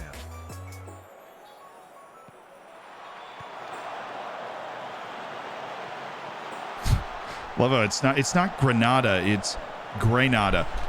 Okay. I'm allowed to have an accent at a certain point, right? I don't know. I do know there is an E in the word, and that is what I am attempting to say. No, that's fair.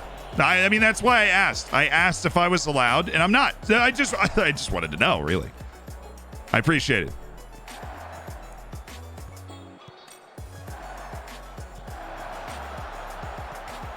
Come on. Yes. Yes. What, dude, just pass it to the penalty spot already. Paulo Cesar orchestrating everything and somehow being completely oh. Always love watching Vanderhorst wind up from there.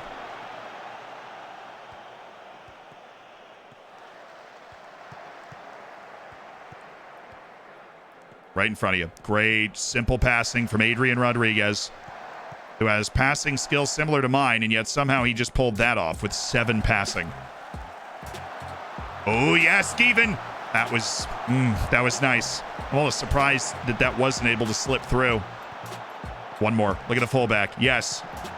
What is... Take the...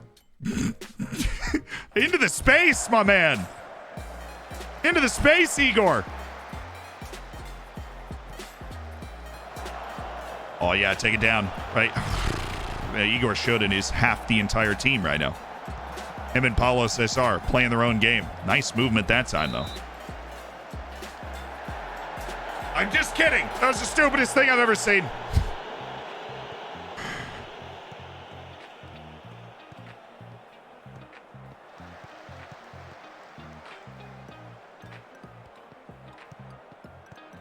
Oh.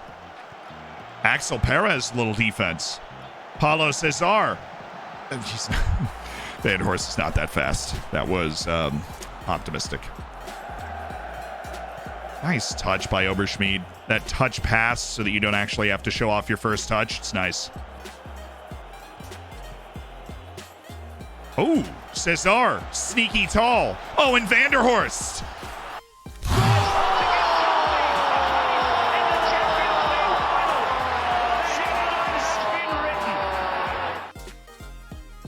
What a beautiful, beautiful man.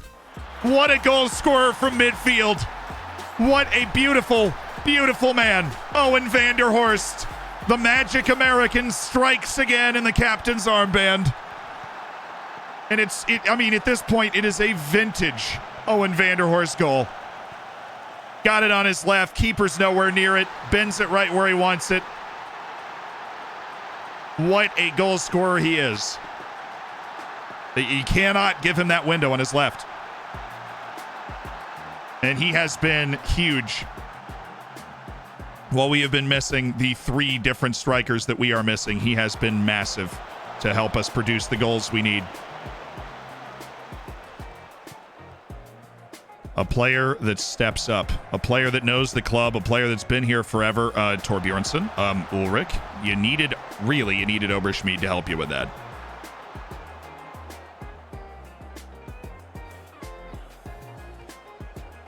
Rick still growing as a player. Axel. Paulo. Nice header. Cesar's been bright. Really hasn't. He's had a lot of the ball and he really hasn't turned it over, which is a great attribute when you're like 30, 40 yards from goal, which is where he's been. Nice pass, Manuel. Oh, very good pass. Defender recovered, but you know it happens. Axel doesn't exactly have the physicality to keep that guy out of the way.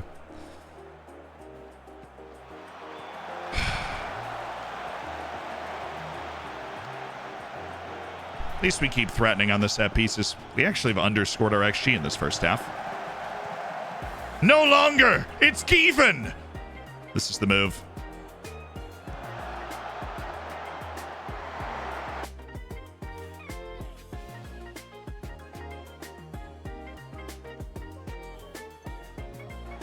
Okay. Halftime. Here we go. Complacency. Don't let your performance levels drop. Get back out there, boys.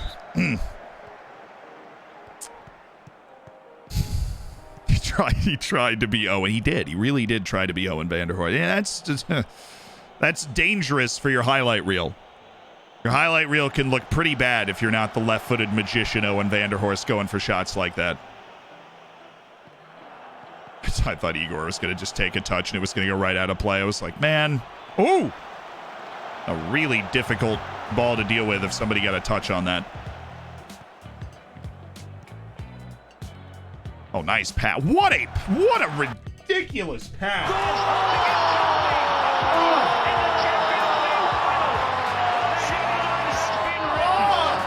Oh, what a ridiculous pass by Igor Shodan. Wow. I mean, Paulos is the keeper's just like not even ready for this. Soden's just way wide. Perfect. Keeper's not even ready. Cesar holds his nerve really well. The near post touch was on for sure.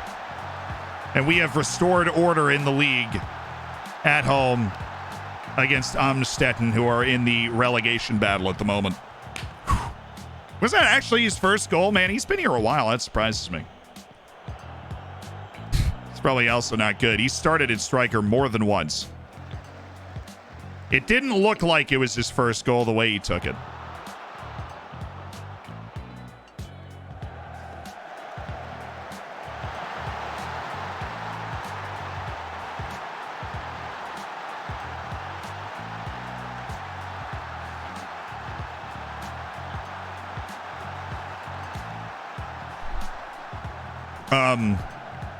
Hello? Hello? Oberschmied. Are you on ice skates, Manuel? We'll just forget that happened. That was just abysmal. Abysmal defending.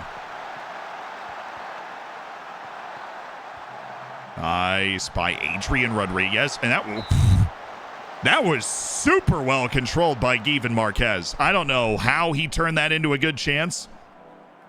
That ball barely touched the ground. He had a handle on it. And that shot was very hard to deal with.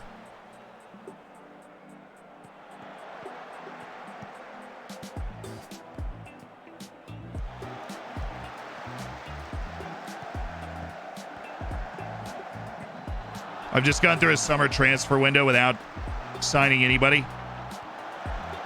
I think I'm going to throw up. I'm sorry to hear that. But patience can be a virtue. Just because you sign nobody doesn't necessarily mean that you had a bad window. Right? We didn't sign a lot of people in this last window.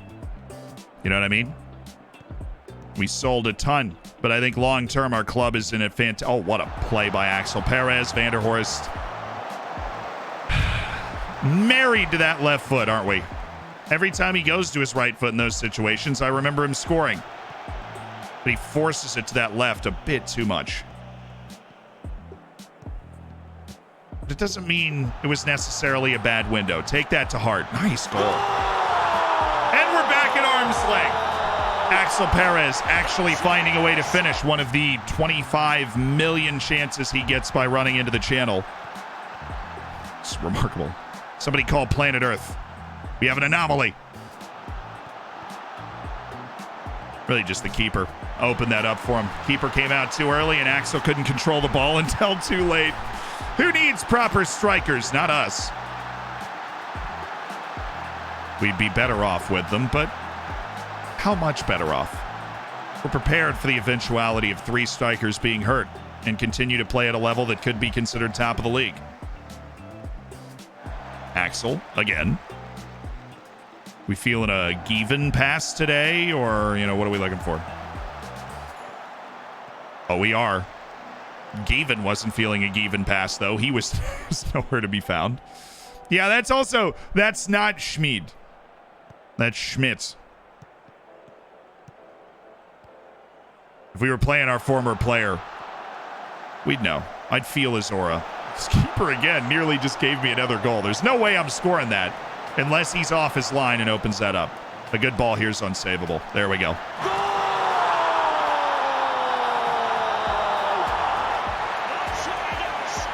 Basking in the glory. It's 5-1. The Dolphins lead against Amstetten. Did I continue with match plans? Now,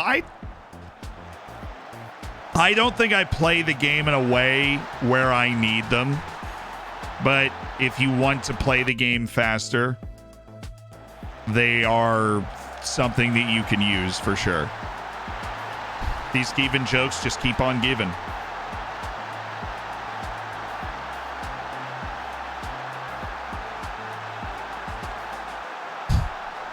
Okay.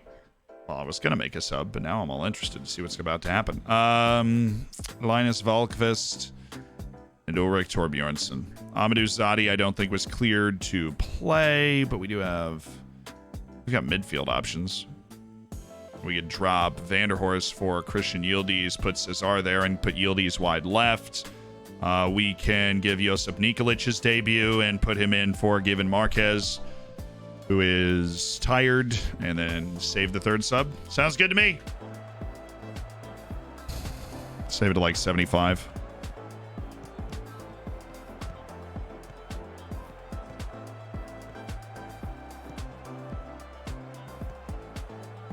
He shouldn't.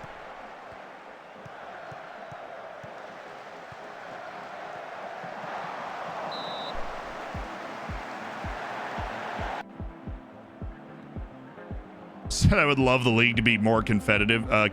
We finished 3rd last year. I'm perfectly happy with where we are right now. But the league split is always the creator of competitiveness. Is our 12, like, if everybody wins out, right, we have a 12-point lead in the league. It turns into a 6-point lead and a 7-point lead over Rapid Vienna. And we have to play both Rapid Vienna and Salzburg twice. I don't think there'll ever be a time in this save where we are like, where we clinch the league with more than like 3 to 4 matches to go in the season.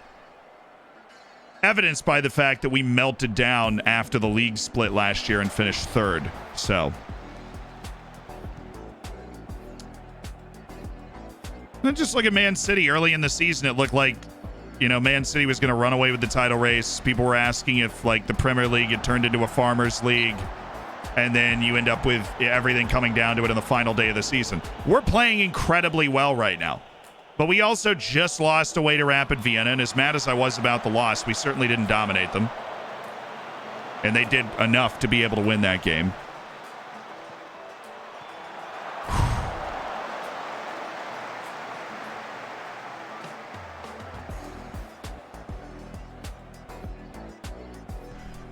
And honest to goodness, the Rapid Vienna team and the Salzburg team are good enough and financially viable enough to build teams that should always be able to compete with us.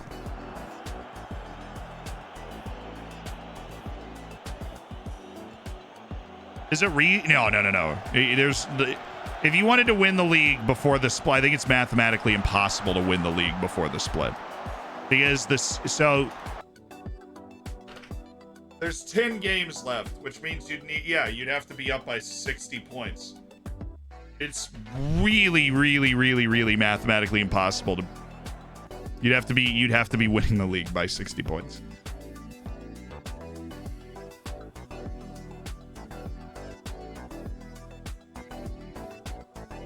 Because then it would split, and then you'd be 30 points ahead with 10 matches left, which is like how you clinch the league at that point, right? So you'd have to be 62 points ahead. So no, you cannot like clinch the league before the league split. Dang it. Yeah, in 22 games, you have to be 61 points ahead of second place. If you win every one of those 20, yeah, it's mathematically impossible. Right, you can get a max of 66 points before the league split, and the rest of the league would have to get no more than 5 points, which I'm pretty sure is impossible.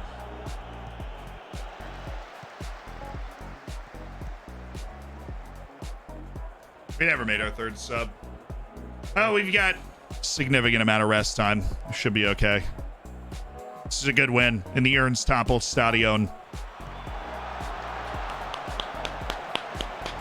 Seems legit. Lots of zeros. Yeah, but like, if you draw 22 games, you end up at 22 points. So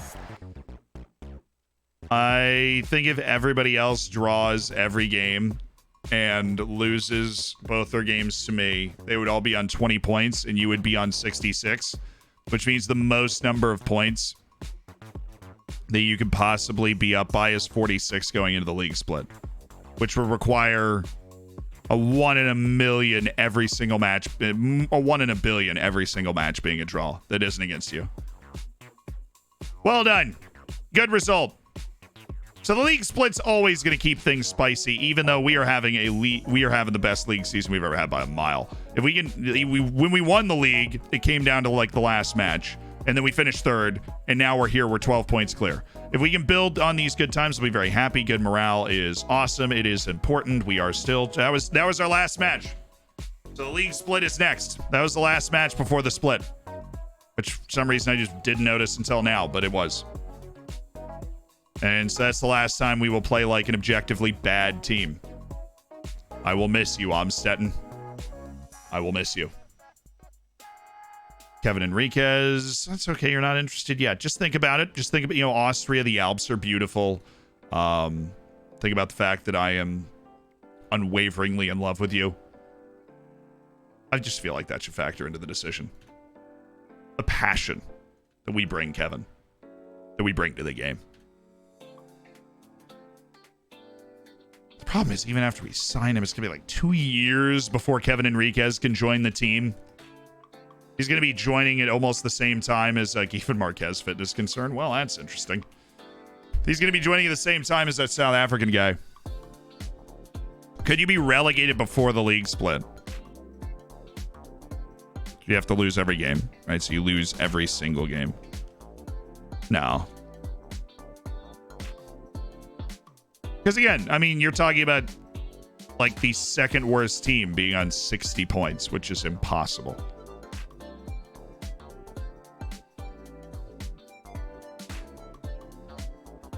So how long do we have? 4 days? Yeah, that's good. That's good. That's fine. And then we're at home against Stade Rennais.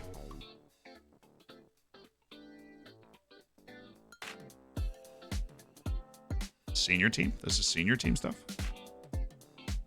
Guess we just got our new schedule or something? Fine by me. I think we did. It didn't come through the... Oh, no, yeah, fixture rearrangements and that stuff thrown down. Okay, so the championship group has St. Pölten in it, which is interesting.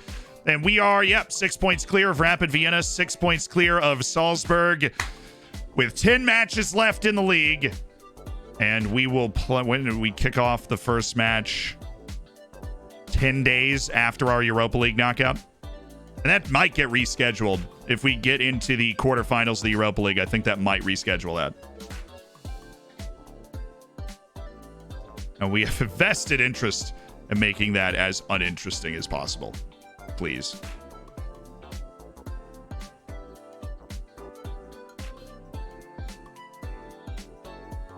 No, I think we're going to go with a match review. Thanks, though. Thanks for playing. Every single training schedule being redone. Who's the South African guy? 4.5 star, potentially a 4.5 gold star potential guy who was like 15 when we signed him, and he's just kind of out in the ether, developing in South Africa until he can join us. He's still like a year and a half away, I think. I don't really know when exactly he comes in. We just know he's out there. And you could potentially join us and be transformative or be nothing. You know, you don't know. Can you get a point reduction in FM22? I think so. I mean, it's rare. It's never happened to me. But I think, I think you can. I think all sorts of stuff like that's in the game, but it's turned down to like a really rare, really low extent so that it doesn't become something that bothers people. Because that would be really, really annoying. I mean, you can get it for financial misconduct, right? And all of the different stuff that goes along with financial misconduct and administration and those sorts of things are included in the game. I think the other ways you can get point deductions are in the game, just very, very rare. Cool. Okay. Sultan Adedzvari's game would improve. He encouraged to get forward whenever possible.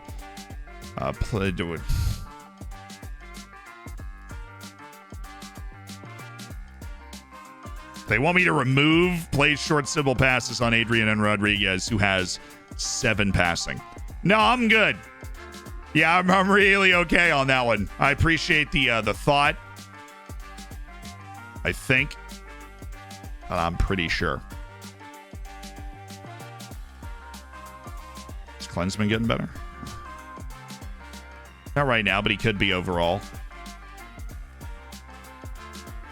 Thank you, staff.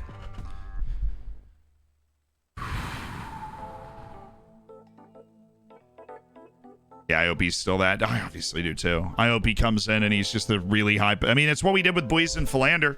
We went and signed like a 16-year-old South African and then just happened to be... Back Z. Sorry I have been absent, but I have been so busy with work since I returned back to Thailand. Business has gone nuts. I hardly have time to eat recently.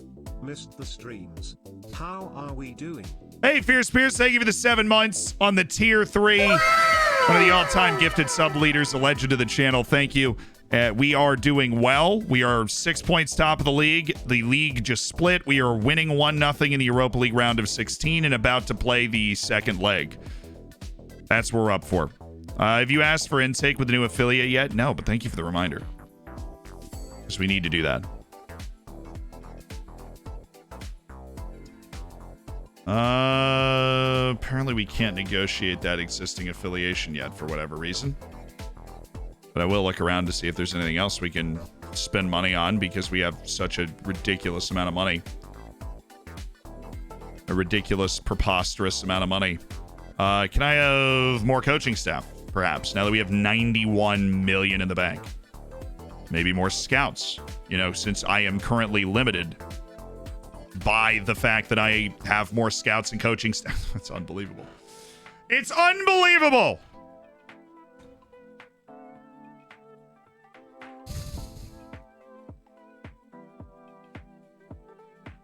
Like, what is in the game telling you that we need less coaches and less scouts than we had 3 years ago?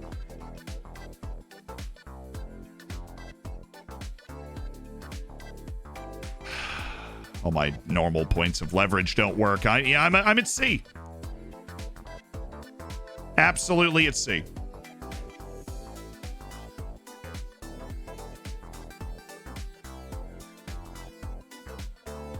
But Pierce, we've been doing well. We did have an unbeaten season going until this stream, and we did fumble that away to Rapid Vienna. We lost 2-1 to Urgent Kara and Co. They always give us problems. You know that.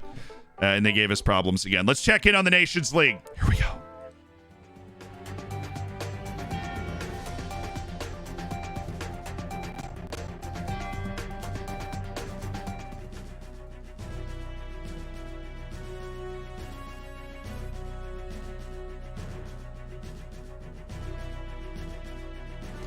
Welcome to Zealand News. I'm your host, Zealand, from the Zealand News Network. Let's get this queued up, Janet. We're taking a look at the results as they happen. Austria leads France in the 81st minute. We got a goal! We have a goal! That we'll get to in a second. Croatia leads Denmark 1-0, which means France is actually even in more trouble towards the bottom of the group, and that makes Croatia more safe. Israel has scored and taken the lead 2-1 in Nations League B. That is down here.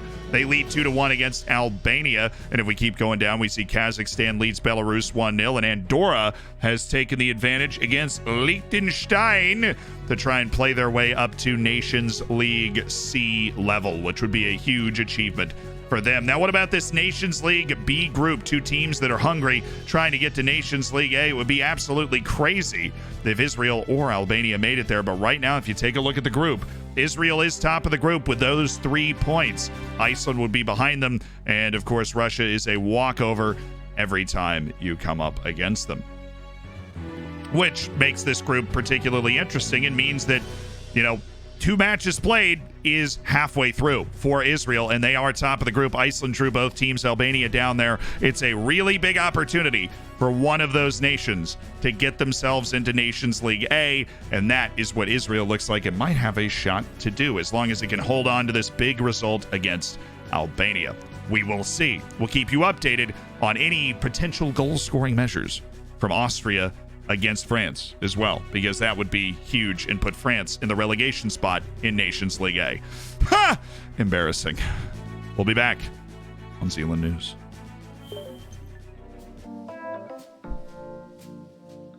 We've offered our contracts to the youth players. Stade Rennais in 2 days. Norway not in the Nations League. Well, they're not in Nations League A. I think Norway's in Nations League B right now. Nations League A is really hard to get into and stay in, evidenced by France being last in Nations League A right now, courtesy of Austria.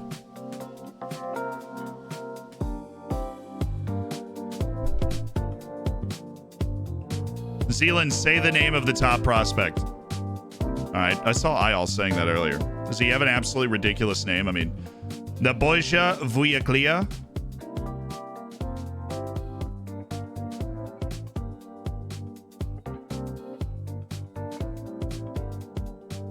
Don't lie. That was better than you expected. It felt good.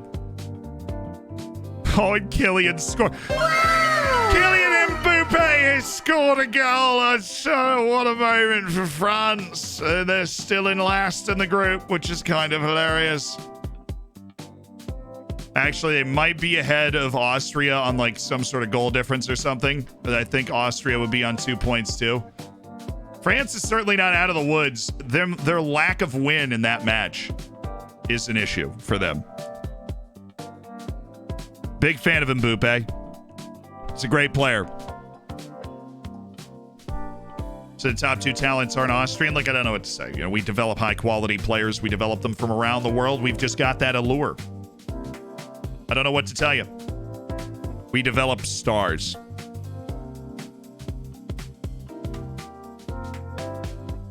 Mbappe's trying to find his form now the World Cup's coming up. Well, that's a little cynical, but also probably true, right? Are you confident that the president shares your ambitions for the club? I do, yes. But I'll do that answer anyways. The team returns home for the second match of the series with a slender 1-goal advantage from the first game. Can you get the result you need to progress? Training's been excellent in the build-up, so we'll see. I actually think that we could do with him as soon as possible. Oh, Garzón? Yeah, absolutely. Given the large turnover, all sales and signings are carefully considered. Next question. Zapata's perfectly suited to your style of play. Absolutely. It's why we signed him. And Given Marquez, he's a leader. He's been here for like 2 weeks. How valuable is it to have players like Perez that are so comfortable on the ball? He's an important player. Clearly, he's an important player. He started like every game this stream. Very clearly an important player. Very clearly. Now, if France scores again, then they're probably okay, and Austria's in a lot of trouble. But Austria being in Nations League A is a huge accomplishment for them. Like, any team that's in Nations League A and isn't going to the World Cup has really outkicked their coverage. Austria's at a high watermark for their national team right now in real life and in the game. We are managing them to greatness.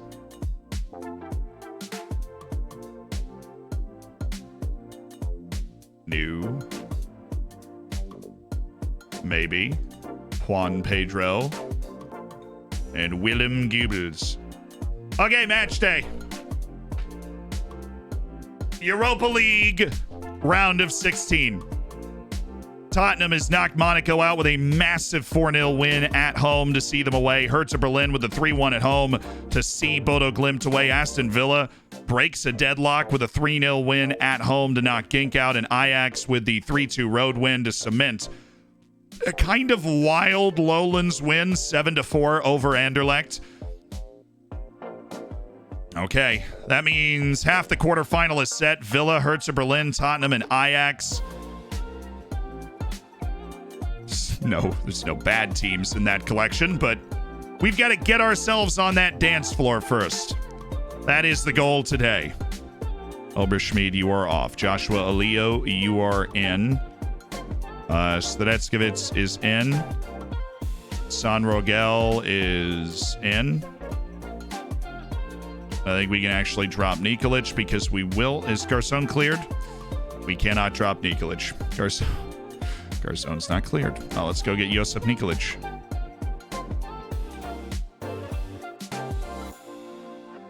Or we could get Vujaklia. But no, we'll get Josip Nikolic. He's a break glass in case of emergency pace merchant. And Garzón should be on general rehab. Try and preserve as much physical ability as he has. Given Marquez, Axel Perez, Joshua Liu, Owen van der Horst, and rather remarkably, we're just going to toss out Stretskovic. He hasn't played for us, but he's been in training for a while, and we know the guy's good, so we'll put him out there, and he offers something that Adrian Rodriguez certainly does not offer, which is ability on the ball, and Amadou Zadi is apparently not registered, so we actually have another spot open on our bench. It's amazing. I feel like I have less players every single time. I just feel like I have less players. Okay. We're looking for somebody else that can serve at least as a break glass in case of emergency player, and that would be Luka Balic. Justice Adele. Leonard. No, it's Balich. It's definitely Balich. If we need like another center back, both, you know, White, we already make a center back sub and the other one gets hurt. Balich can at least do the job. Yeah, we'll just mark him the same way. Oh, Campos at striker actually helps because he was super annoying cutting it off the wing last time. Oh, shoot. Oh, what a great thing to accidentally click. Okay, Aliyu, Zapata, Volkvist, or Bjornsson, nobody. Switch. Volkvist, not Advari. Please don't tell me it picked the bench. Dang it. Shame! I clicked quick pick. It's a rookie mistake. Vujaklia's there, all hyped up.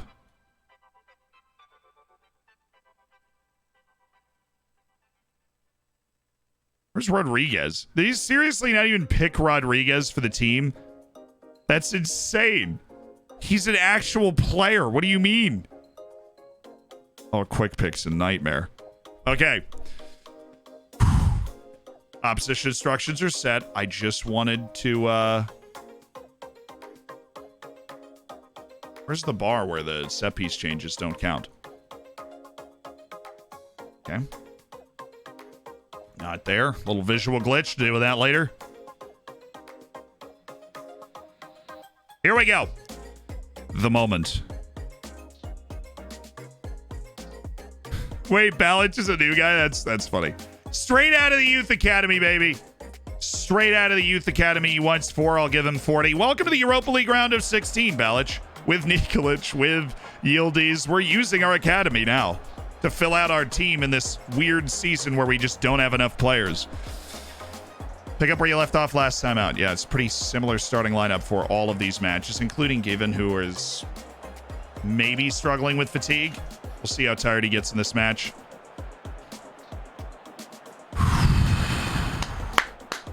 There's actually a pretty good crowd in the Ernst Happel Stadion. One of the last matches we're playing in the Ernst Happel Stadion. Because we move into the new Carl Yzda on the 29th, which will be in that the international window. I think we have like 2 matches, and one of them is away. So this is the second to last match we play in the Ernst Happel Stadion. And honestly, we're probably making more money from this than actually playing in the Carl Yzda. But the Yzda's got that home ground feel. This feels like a giant amphitheater. That's a terrible pass. Results since the Rapid game have been good. We won at Stade Rennais 1-0. I need more intense music. I'm sorry. We're in an intense moment here. And I need music that's going to reflect that. This is European knockouts with a 1-0 lead after the opening leg. In a European tournament, I thoroughly believe we can win with the quality we have in our team.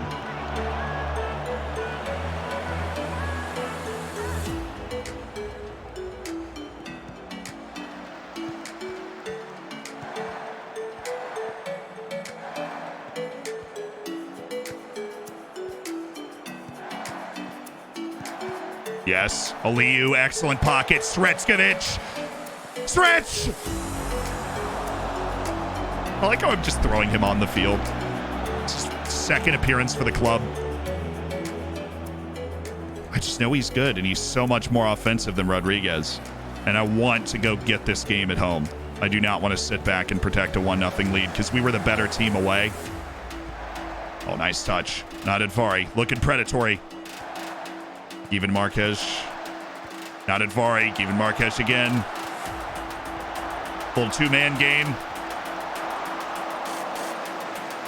Don't go for the header there, really.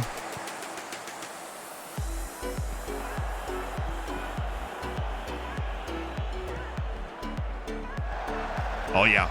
Oh, yeah. Is he on? Definitely not. Why? We were optimistic. I was ready. This is Europa League. Europa League round of 16. We got to skip the round of 32 because we won our group. Heartbreaking collapse late in the season put us at 3rd in the league, so we weren't even in the Champions League. We went straight into the Europa League this year. But we're back on top of the group by 6 points after the league split. Ooh, yo. started well, though. Obviously. We're kind of running them off the field right now. We have more of the ball, outshot them 5-1, all the XG in the game.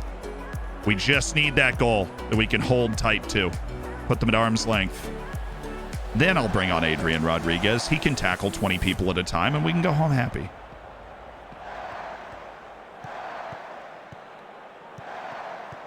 Good. Great.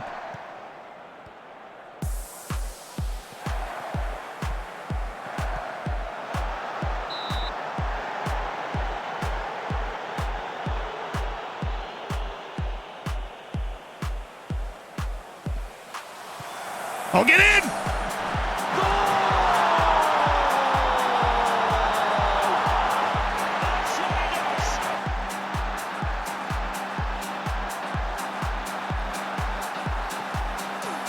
Let's go! It's Kevin Marquez again! He only scores tap-ins! But oh, is he good at it! And we're up 2-0 on aggregate. Let's go! Sratskovich, Theloni, Marquez, yes. Well, take an hour and a half, why don't you? He's my GOAT. Kevin Marquez is my GOAT.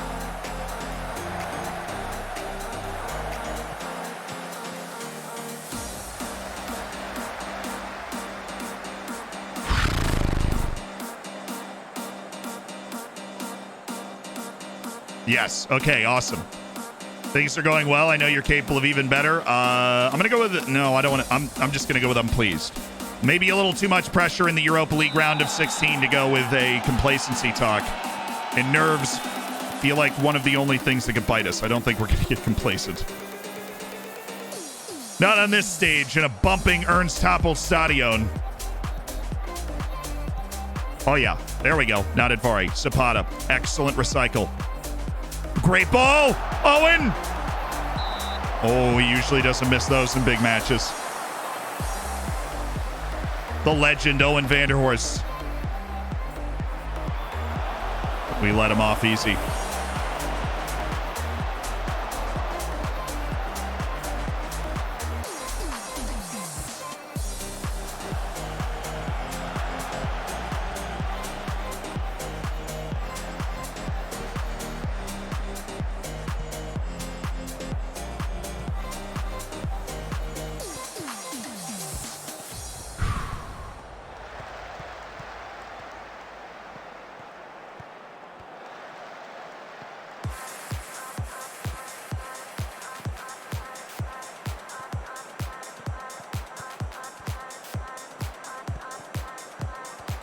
Oh, no, that was perfect.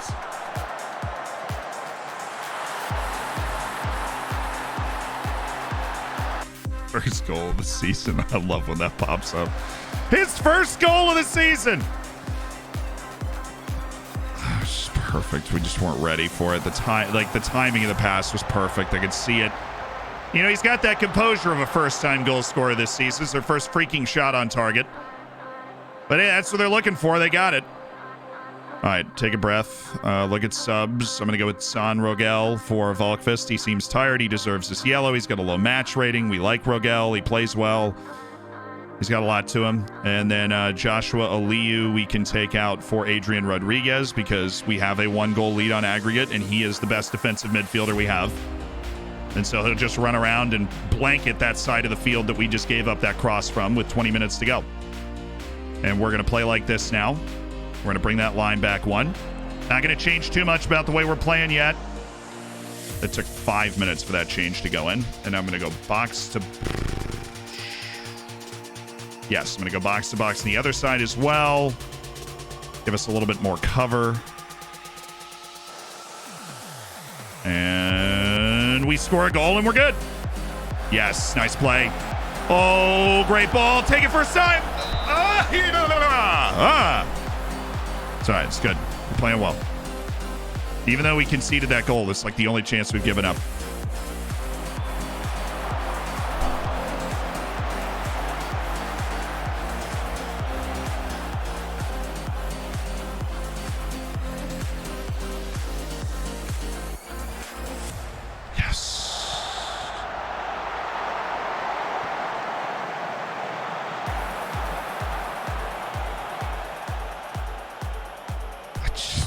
Should have another goal by now.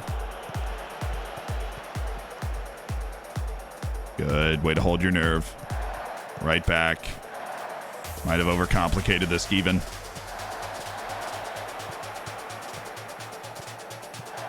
Oh, yes, Vander!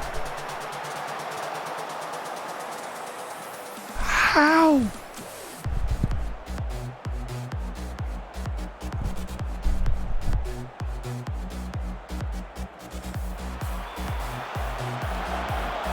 That's point blank for our boy, Owen Vanderhorst.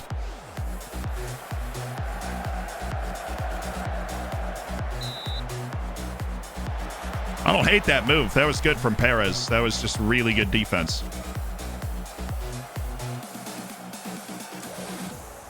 Yeah, take your time. All good. All Gucci.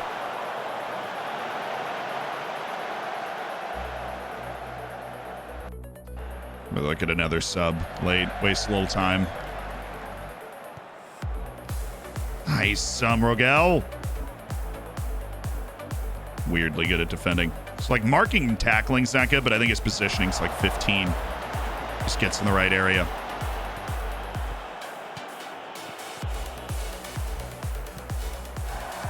Oh, yes. One more. Except it's Adrian, and he doesn't know how to pass, but Axel's in anyways.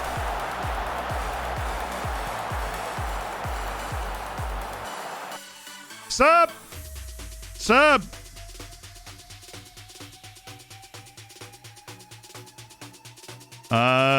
Just give me Manuel Oberschmidt, anchor man. We don't have a lot of substitute options, but Manuel definitely knows how to tackle.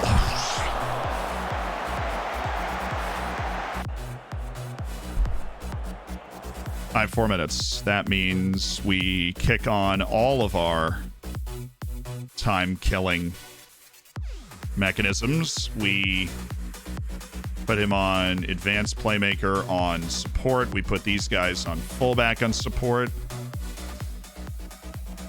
And we put that on balance. And that's what we do. Okay. Whew.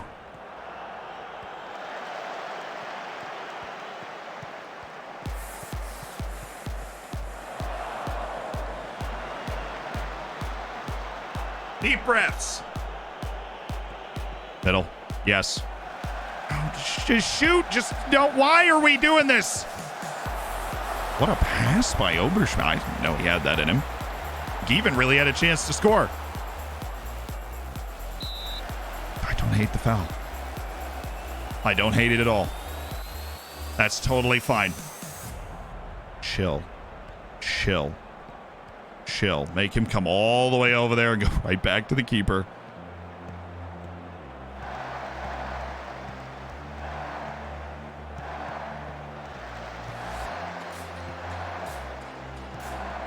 Looking pretty good.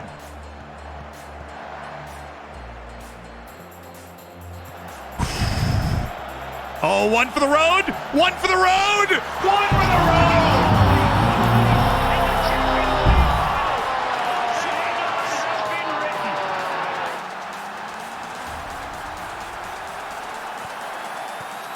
One for the road, baby. Thank you so much, Reed, for the gifted sub. I appreciate it.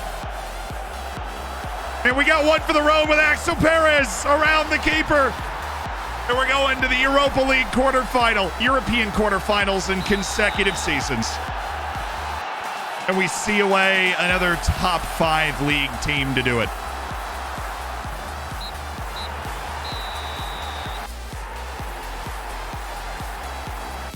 Excellent.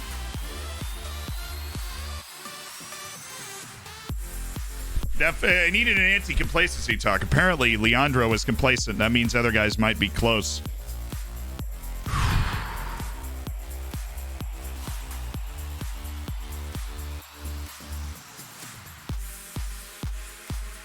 Oh my goodness. Zenit just knocked out Atletico Madrid. Villarreal beat Guimarães 4-1 at home in a match that had 3 goals in the first 22 minutes. And Real Madrid drew 0-0 at Celtic Park. So apparently, Celtic was in that until the end against Real Madrid, which would have been a crazy atmosphere. And we have survived Stade Rennais, which means we are headed to the draw tomorrow without Atletico Madrid in it, which is awesome. I'm going to rest Steven Marquez for the next game. next couple of weeks. Well, we do have an international break coming up, and I really hope he doesn't get called up by the Brazilian team so that he actually gets a chance to get that rest. No goals, no assists, and an 8.1 rating is pretty freaking impressive from Nadadvari. So I'll praise the bejesus out of him. You were delighted to progress further in the competition, and pleased we're through. We won't get ahead of ourselves. Obviously, we got a big draw tomorrow to see who we're coming up against.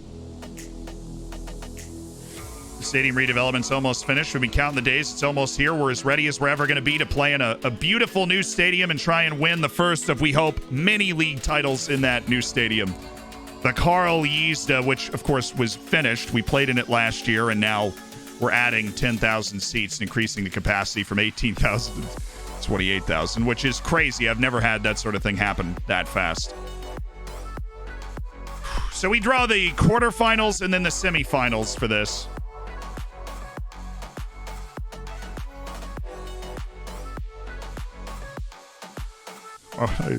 Would I sell him and then go in for the wage contribution? Whoever floats your boat. Not going to be doing that. Amadou Sadi is now back to full strength. Good. The players are recovering. So 8 teams. Ajax, Aston Villa, Hertha Berlin, Tottenham, Zenit, Real Madrid, Villarreal, and Florensdorfer, baby! Okay. And with that being understood, we will be playing one of these teams in the quarterfinal, and we would love for that team to be Zenit. I think we know that Zenit is probably the easiest team here. There are obvious teams we would like to avoid. Ideally, Real Madrid, Ajax, and Tottenham are teams we would love to avoid. Villarreal, we've played in Europe before. We can totally hang with them. That is not an easy match, though. Zenit. And probably Villa and Hertha Berlin are teams that we could handle. I know every team from the Premier League is going to be good, but we want Zenit for sure. So the first team off the board is Villarreal, the Yellow Submarine, and they will be playing Real Madrid because we just love to cut down on travel costs. Ajax. That's okay. That's one of the teams we wanted to get rid of, and we've gotten rid of them. Ajax is off the board. They're playing Villarreal. That'll be a good match. What the heck?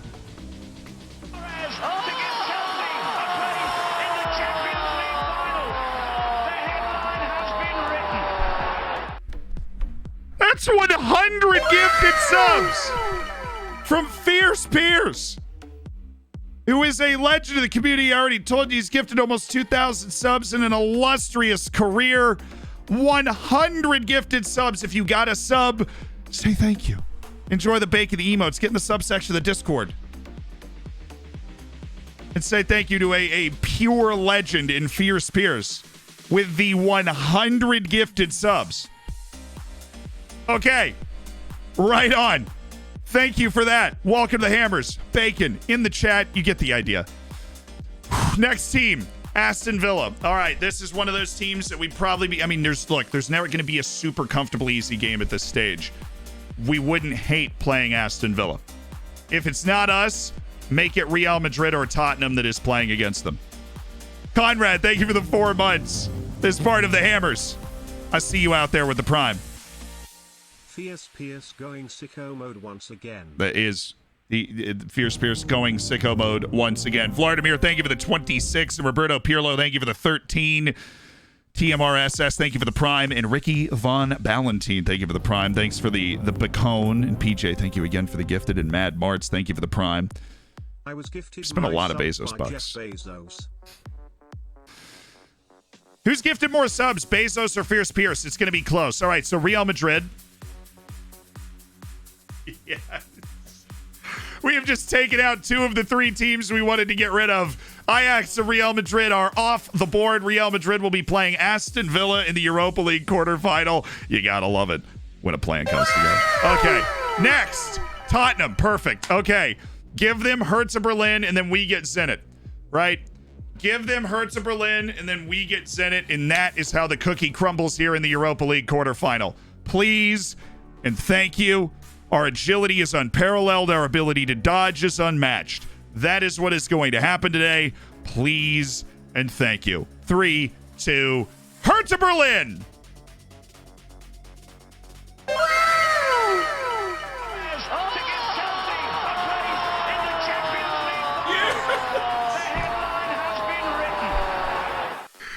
Did somebody clip that? It's pre-recorded.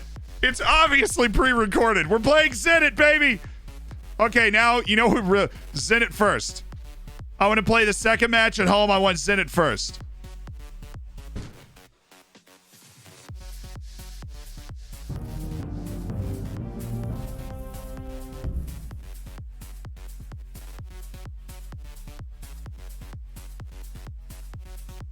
Yo, I need to play a lottery or something.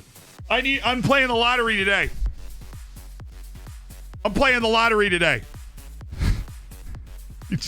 We just dumped all the teams we didn't want to play. God said it, and we get the second match at home. Yeah, I'm going to Vegas, and I'm putting it all on like 32. Not even just red. I'm putting it all on 32. I don't know why that. I don't know where that number came from. Somebody play 32. Let me know how it goes.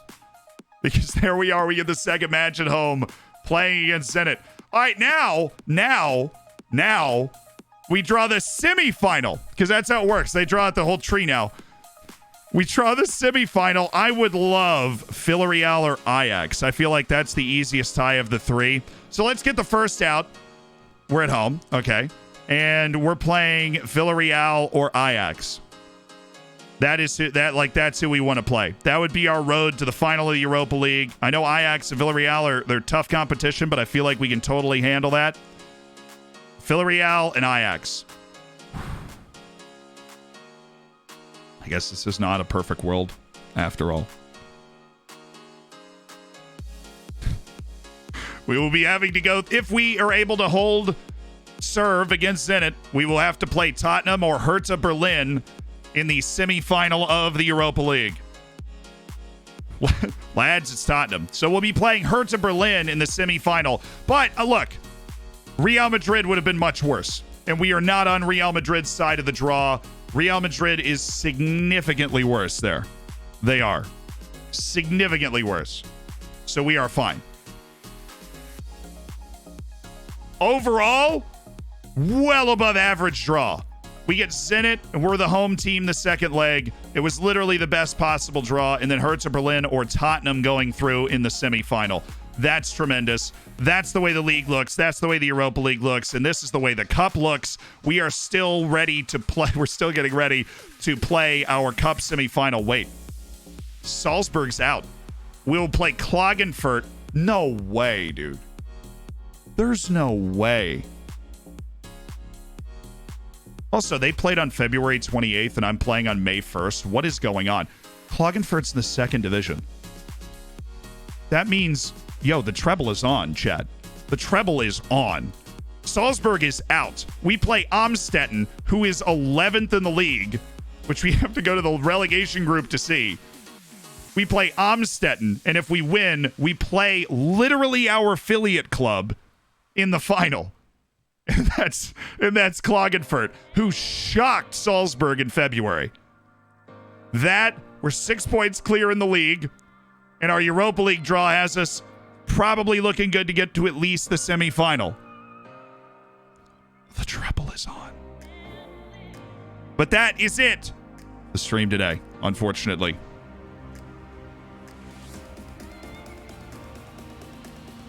We're going to be hunting the treble next week. Because my ridiculous lack of sleep has caught up with me. The jet lag of coming back from Europe and then going right into the big fun Twitch event, which we had a lot of great times, met a lot of great people, and hopefully a lot of fun stuff is going to come from that in the future. I won't divulge too much right now. I honestly just made a lot of great friends with a lot of cool people. But it was all day, every day for a couple of days right after getting back from Europe. I had no idea how tired I was until I literally have the shakes right now, which is something my body does when it tells me it is time to chill. And so I will be chilling, but we did get a good stream in today, and we did do a lot of good things. If you've not stuck around for a raid, or even if you have before, we are going to raid somebody because we love sharing the love here. So we're going to go pick somebody out. We're going to go share that love. And we are going to raid... Kurt's on. I haven't raided Kurt in a long time. We'll go raid Kurt. Alrighty. Are you ready, lads? Here do we go?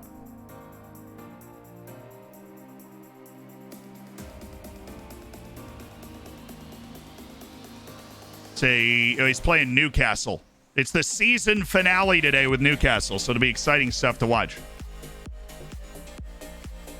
Yeah, good night, everybody. We'll be back Wednesday or Thursday next week. I am flying home for a little bit because my mom planned a trip where all the brothers would come home because she didn't know we were going to surprise her in Europe. So I'm literally just going home for like 4 days. I also have to give my brothers their bags because, you know, Lufthansa and that whole story, which great, right? I have to give them the bags. So have fun with Kurt. I will see you on Wednesday or Thursday. Video is going to be coming out just like normal, though, because we're recording those ahead of time. And if you have not watched the most recent one, the one titled I Left, it is a great update about where the channel is and a great intro into a lot of the people that work behind the scenes at the channel that make the content that you hopefully enjoy. Thank you. Huge thank you to Fierce Pierce for the 100 gifted subs, but to everybody that subscribed today that was here to allowing us to do what we do, because like I said, and as you can see in that video, we are planning on continuing to push the envelope and do cool things. I need to go eat and lie down. I'll see you next week, and I'll be headed home tomorrow, so no rest for the weary. Onward and upward. We will be streaming regularly again soon.